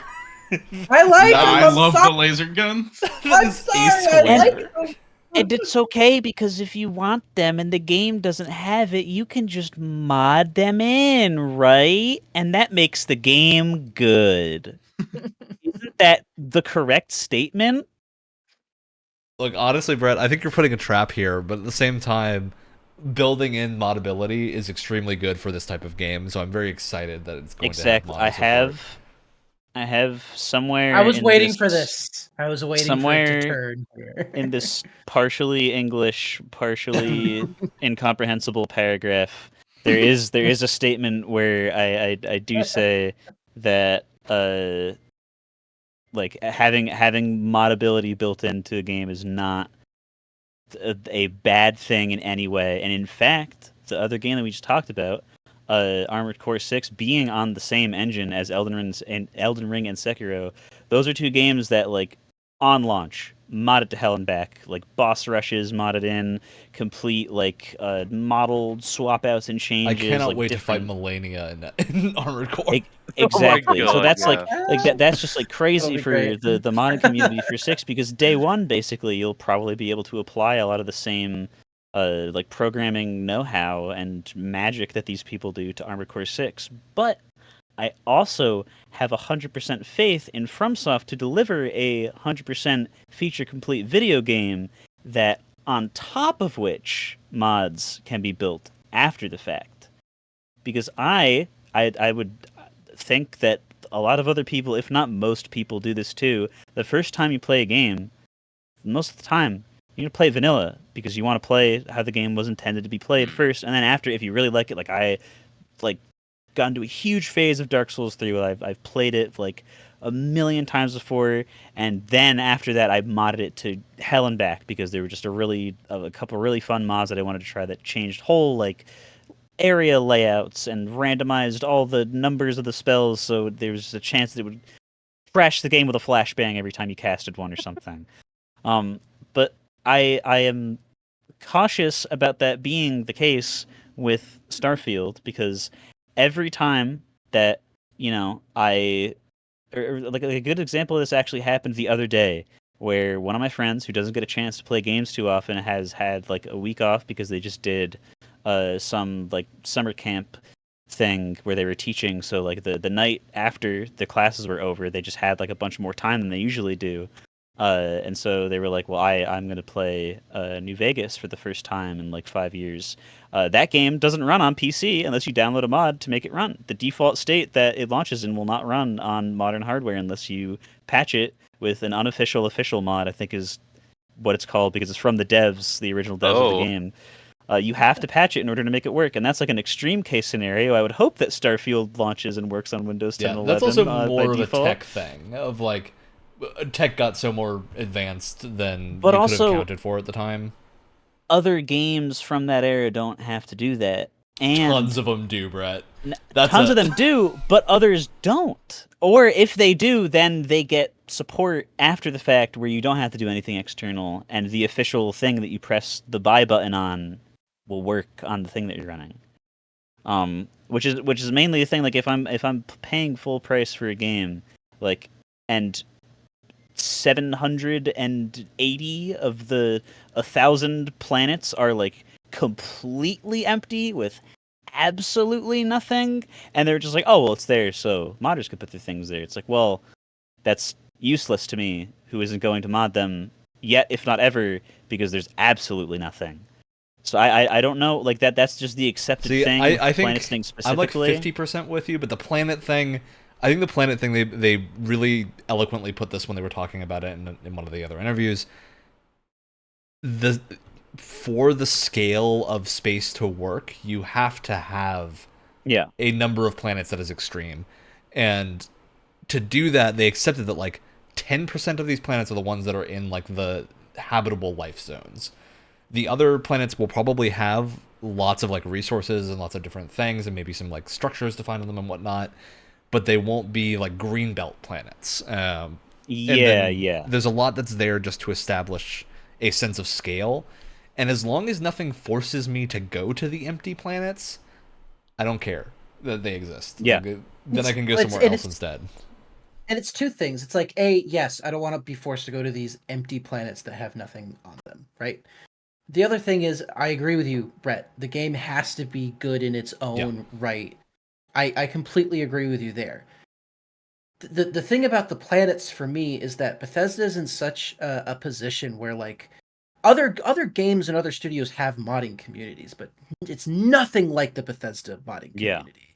They are in their own little world, and I think it's really, really smart that they're seeing that and they're putting that in their own game. They're kind of anticipating it in a sense, where it's like, hey, we're gonna have a big modding community, whether this game is good or bad. That's just the nature of a Bethesda game. That's how it works. Why not cater to these people? Give them a bunch of empty planets so they can have so much extra space to create whatever the hell that they want. So there's less room for conflicts if you have multiple mods. Yeah. And again, also that's only acceptable. That's only acceptable if the game works on its own terms and those habited planets get all of the focus. It also depends how the game works, because I do think there is the other thing that we've talked about a little bit last time. They brought it up in the showcase when it happened, but they mentioned that the way that planets are generated is they're kind of built as you go to them for the first time, and then points of interest are put down after the geography is kind of constructed. So that to me implies that, like, they're probably doing this the same way No Man's Sky does, and that it's algorithmic and not actually a built out set of tiles for most things. Yeah. Which has me wondering how modding will work, because in, like, Skyrim, you attach it to cells in the world, and those cells are specific locations. Like, there's specific spots in the world. I want to know how that's going to work for this, because if it means that, like, you can attach things into that generation process, and that way you just add, like, a ton more variability to planets as they're generating. Like, I would love to see someone just build, like, 20 space stations or 20 planetary outposts that get mixed in with the rest of the game when they generate the planets. Like, I want to know if that is possible. And is that generation just for these like so we don't know, that aren't like, we won't know until the game comes out how that specifically works, but the way that they say it works here is that it is the planet generates the landscape, and then it puts points of interests over that landscape kind of randomly, or in specific positions in the case of, like, the big cities and whatnot. But that to me implies that the in-between space is not, like, physically constructed by anyone. And I think they've said that, like, it is heavily randomly generated. So what I'm wondering is, like, if you and I go to the same planet, are we going to see the same construction or not? Like, is it a case of they're going to be built the same way every time? I think we might be able to, but not in the same spot. Exactly. Like, that's what I'm wondering. We'll probably see the same points of interest, but it's just a case of, like, well, what if my mine shaft spawns on the left and yours spawns on the right? Like, are we going to get that type of variability? And if we do, I think that has an entirely different set of opportunities for modders than if it's a set location of, like, now you get to hook into that random generation and hopefully do, like, what we see with Minecraft, of, like, add just tons of variability to it and different cool things that you can stumble upon. In addition to, like, story quests, which is very cool. I mean, that's an opportunity to be like, hey, here's all these other planets. You know, now that you have this mod installed, they're all going to become much more fleshed out planets, and it's probably going to be, in a lot of ways, even less work for modders, because it's like, hey, we can just add all these elements into that randomly generated system, and pop, there it goes. Yeah, which is absolutely what I'm wondering about, because like, Skyrim is big for having things called new lands mods, where people have created a new world and put a bunch of stuff in it that you can then go to by, like, traveling to a boat or something, and you get to go to their world space. It's entirely different from the main game, and that way they're not conflicting with a ton of stuff. So I'm wondering if, like, this will allow people to get around that limitation of, if you don't specify where it needs to be, will it let you just take that random stuff and have it work through that, so that way you're more compatible with things. But if this is all, like, hyper speculation, because the creation kit for this is probably going to be a year out from release, although people will start modding it before then. But it typically takes Bethesda around 6 months to a year to get the creation kit out once one of their games releases, because they kind of tune it up for regular user use and whatnot. So I'm excited to see that when it happens. I think modders are going to have a great time with this, presuming that Bethesda sticks to what they've said about it being a very modding friendly game. So I think that is always a constant worry of, there is always a kind of at odds situation between Bethesda wants to add microtransactions. Modders don't like microtransactions. So whether or not those two things end up conflicting of like, and it's also the case in Skyrim, oftentimes the mods had made the items that were added to officially to Skyrim after the fact already, and they were better in the mods than the official release. So the same thing with like Minecraft does the same exact thing. So I'm really wondering if we're just gonna have that problem again. If they make a ton of Creation Club content and no one uses it because there's better mods, or if it's gonna be a case where they better integrate this stuff and actually make good content that people want to use and not just and are willing to buy, rather than it being a case of modders just kind of doing a better job. So yeah, and that's the thing is that I don't like. Like to a degree, like there in a game as open and as big as this, like there's going to be a case of modders doing a better job, like no matter what in some aspects. But I really don't want it to get to the point where like very publicly they've been like, what is it? There's no in atmosphere flight, right? There's only like space flight. In atmosphere flight is not a thing. I really hope that's not a hey. There's no in atmosphere flight.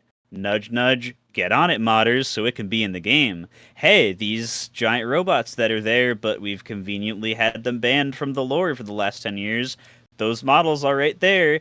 Nudge, nudge, modders, you better get... Like, I really do not want the game to be full of, like, stuff like that. Because there's still, even with all the stuff they've showed, there's enough gaps where it's like, I don't know if I'm going to be able to do this just regularly, and this is like kind of something that I would like to do in a game on launch without having to, patch files or drag something else in, or I'm probably going to be playing this on Xbox, so wait a year and a half for the creator club thing to come out or whatever. Like I really like that's when I have the singular neuron in my brain fire off and say, maybe I'm going to want to play Skyrim for some reason. And I go and ask people the best platform to play it on, and everybody I ask says, oh, but you should download this and this and this and this and this along with it. Is the base game just not good enough anymore? So I do want to push you on that, Brett. Skyrim as a base game is better than most people say it is. Like I've played the Switch version tons of times, which doesn't have any modding ability. Like you can't mod the Switch version. The first time I played Skyrim, which was the most like the longest stretch of time that I've played Skyrim, I didn't have a PC at the time. I just played on Xbox. That is how I experienced Skyrim for many, many years. Yeah. Even after getting a PC, as someone who's far too impatient to deal with mods, I still play the game fairly standard, fairly just vanilla, and I still have a really good time. Yeah, modding is really for if you're a person that likes to tinker, or you're ready for a dramatic shakeup, like you really want to play just a different style of game in the same setting. Like say you really like Skyrim as a concept, like you love the first person RPG, but you don't love the story, you don't love a lot of the quest lines. You're like, well, what if I just added a bunch more quest lines to do that people made themselves? And you can do that, and you can add in those quest lines and whatnot, and you'll get a cool new experience. Like good example for Skyrim is there's a faction called the Vigilant of Stendarr that's really minor in the base game. They're there, but they're not like a joinable faction. They're not super important. They're there to die at the beginning of one of the expansions. Yeah, they're there to kick off Dawnguard. But there's a mod that you can download called Vigilant, which adds a huge, sprawling, like main story length quest for these Vigilant. And it's not that was missing from the base game. It's just that like the base game, you could join 5 other factions. Why would you need to join this one other one? The game wouldn't have never come out if they made it so every faction was joinable. And so someone else took it on them to add their own quest for that, which is cool. I've always been kind of bothered when, and I mean, if you don't like Bethesda, like that's obviously your own opinion, but it's just I've never liked the story of like, oh, they're only like the only reason Bethesda games exist is that it's like a platform for mods. It's like no.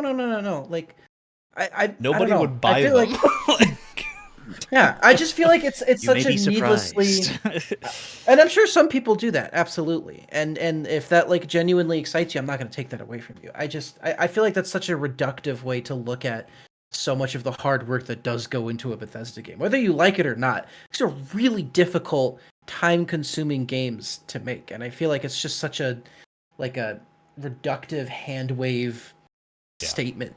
Yeah, but it's also a case of like as an outsider, basically, like I haven't played Bethesda. I haven't played Skyrim before, so I don't know. So I'm going into Starfield being like, I really hope it's not. Well, because like, and that's the other thing.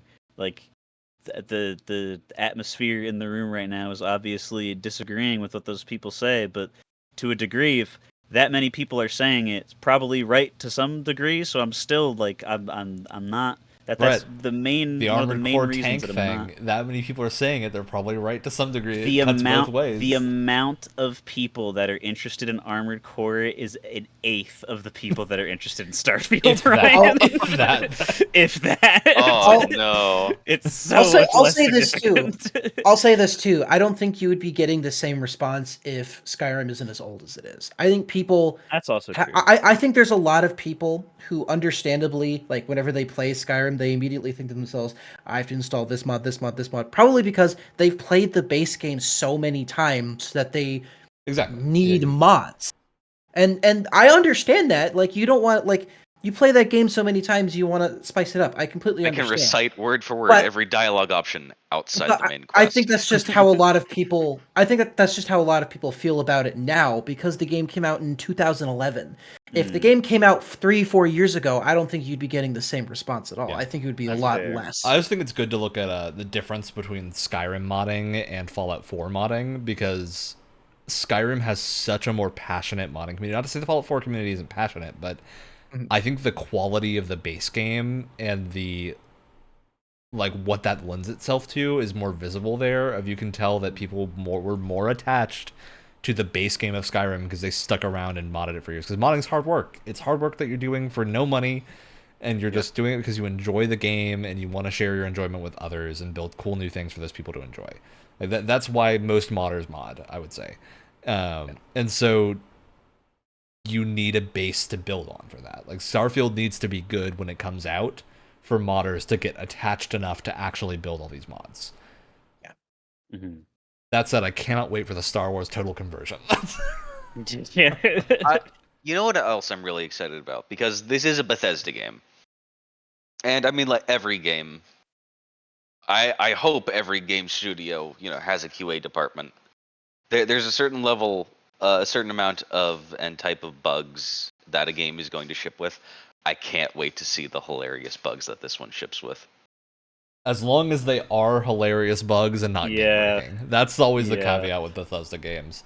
The two studios that have the funniest bugs, no matter how you feel about them, they have the funniest bugs. Bethesda and Ubisoft have the goofiest looking bugs in all of their games, and it's like a weird quirky charm at this point. More so for Bethesda than Ubisoft, I would say. I think Ubisoft's bugs Yes. often impact the enjoyment more than But Bethesda's when bugs. they don't, I and they're like just getting launched into wacky- the stratosphere by a giant. I don't like not seeing George Washington's face and only his eyes and gums. It's a different level of funny.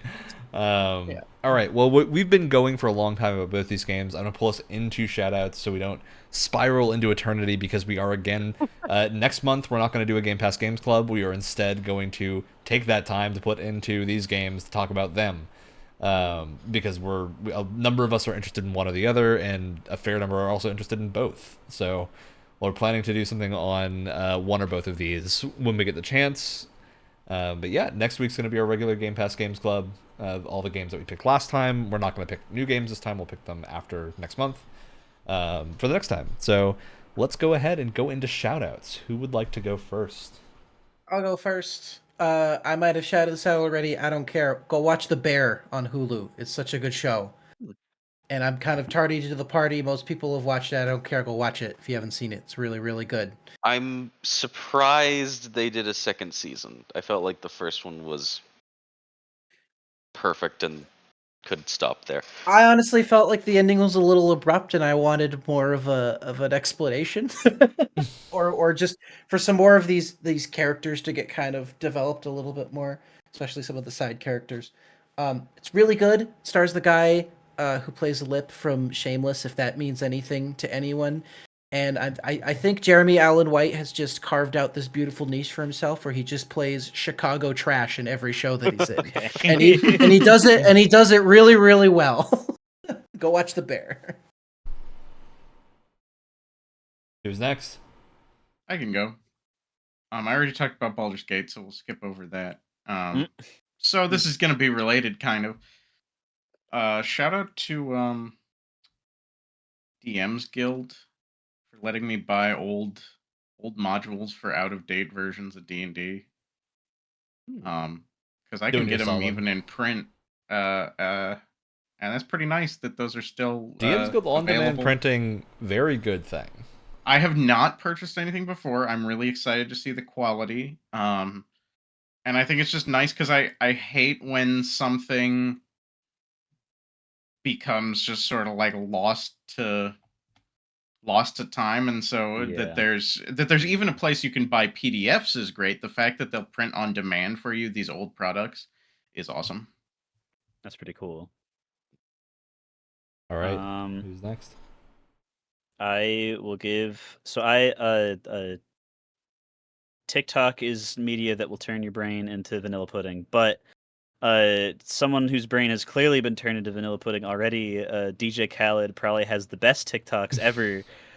Where This is not at all where I thought this was going. What? This is He so just- surprising for me, Brett. his brain, I don't know, it just works in a way where it just makes him say the same thing over and over, and so he's just like this like disgustingly rich bastard, and he's just sitting at this at this like just lounging on this couch, and some like waitress is describing like the dish that he's going to get, and he's like, "Shrimp what?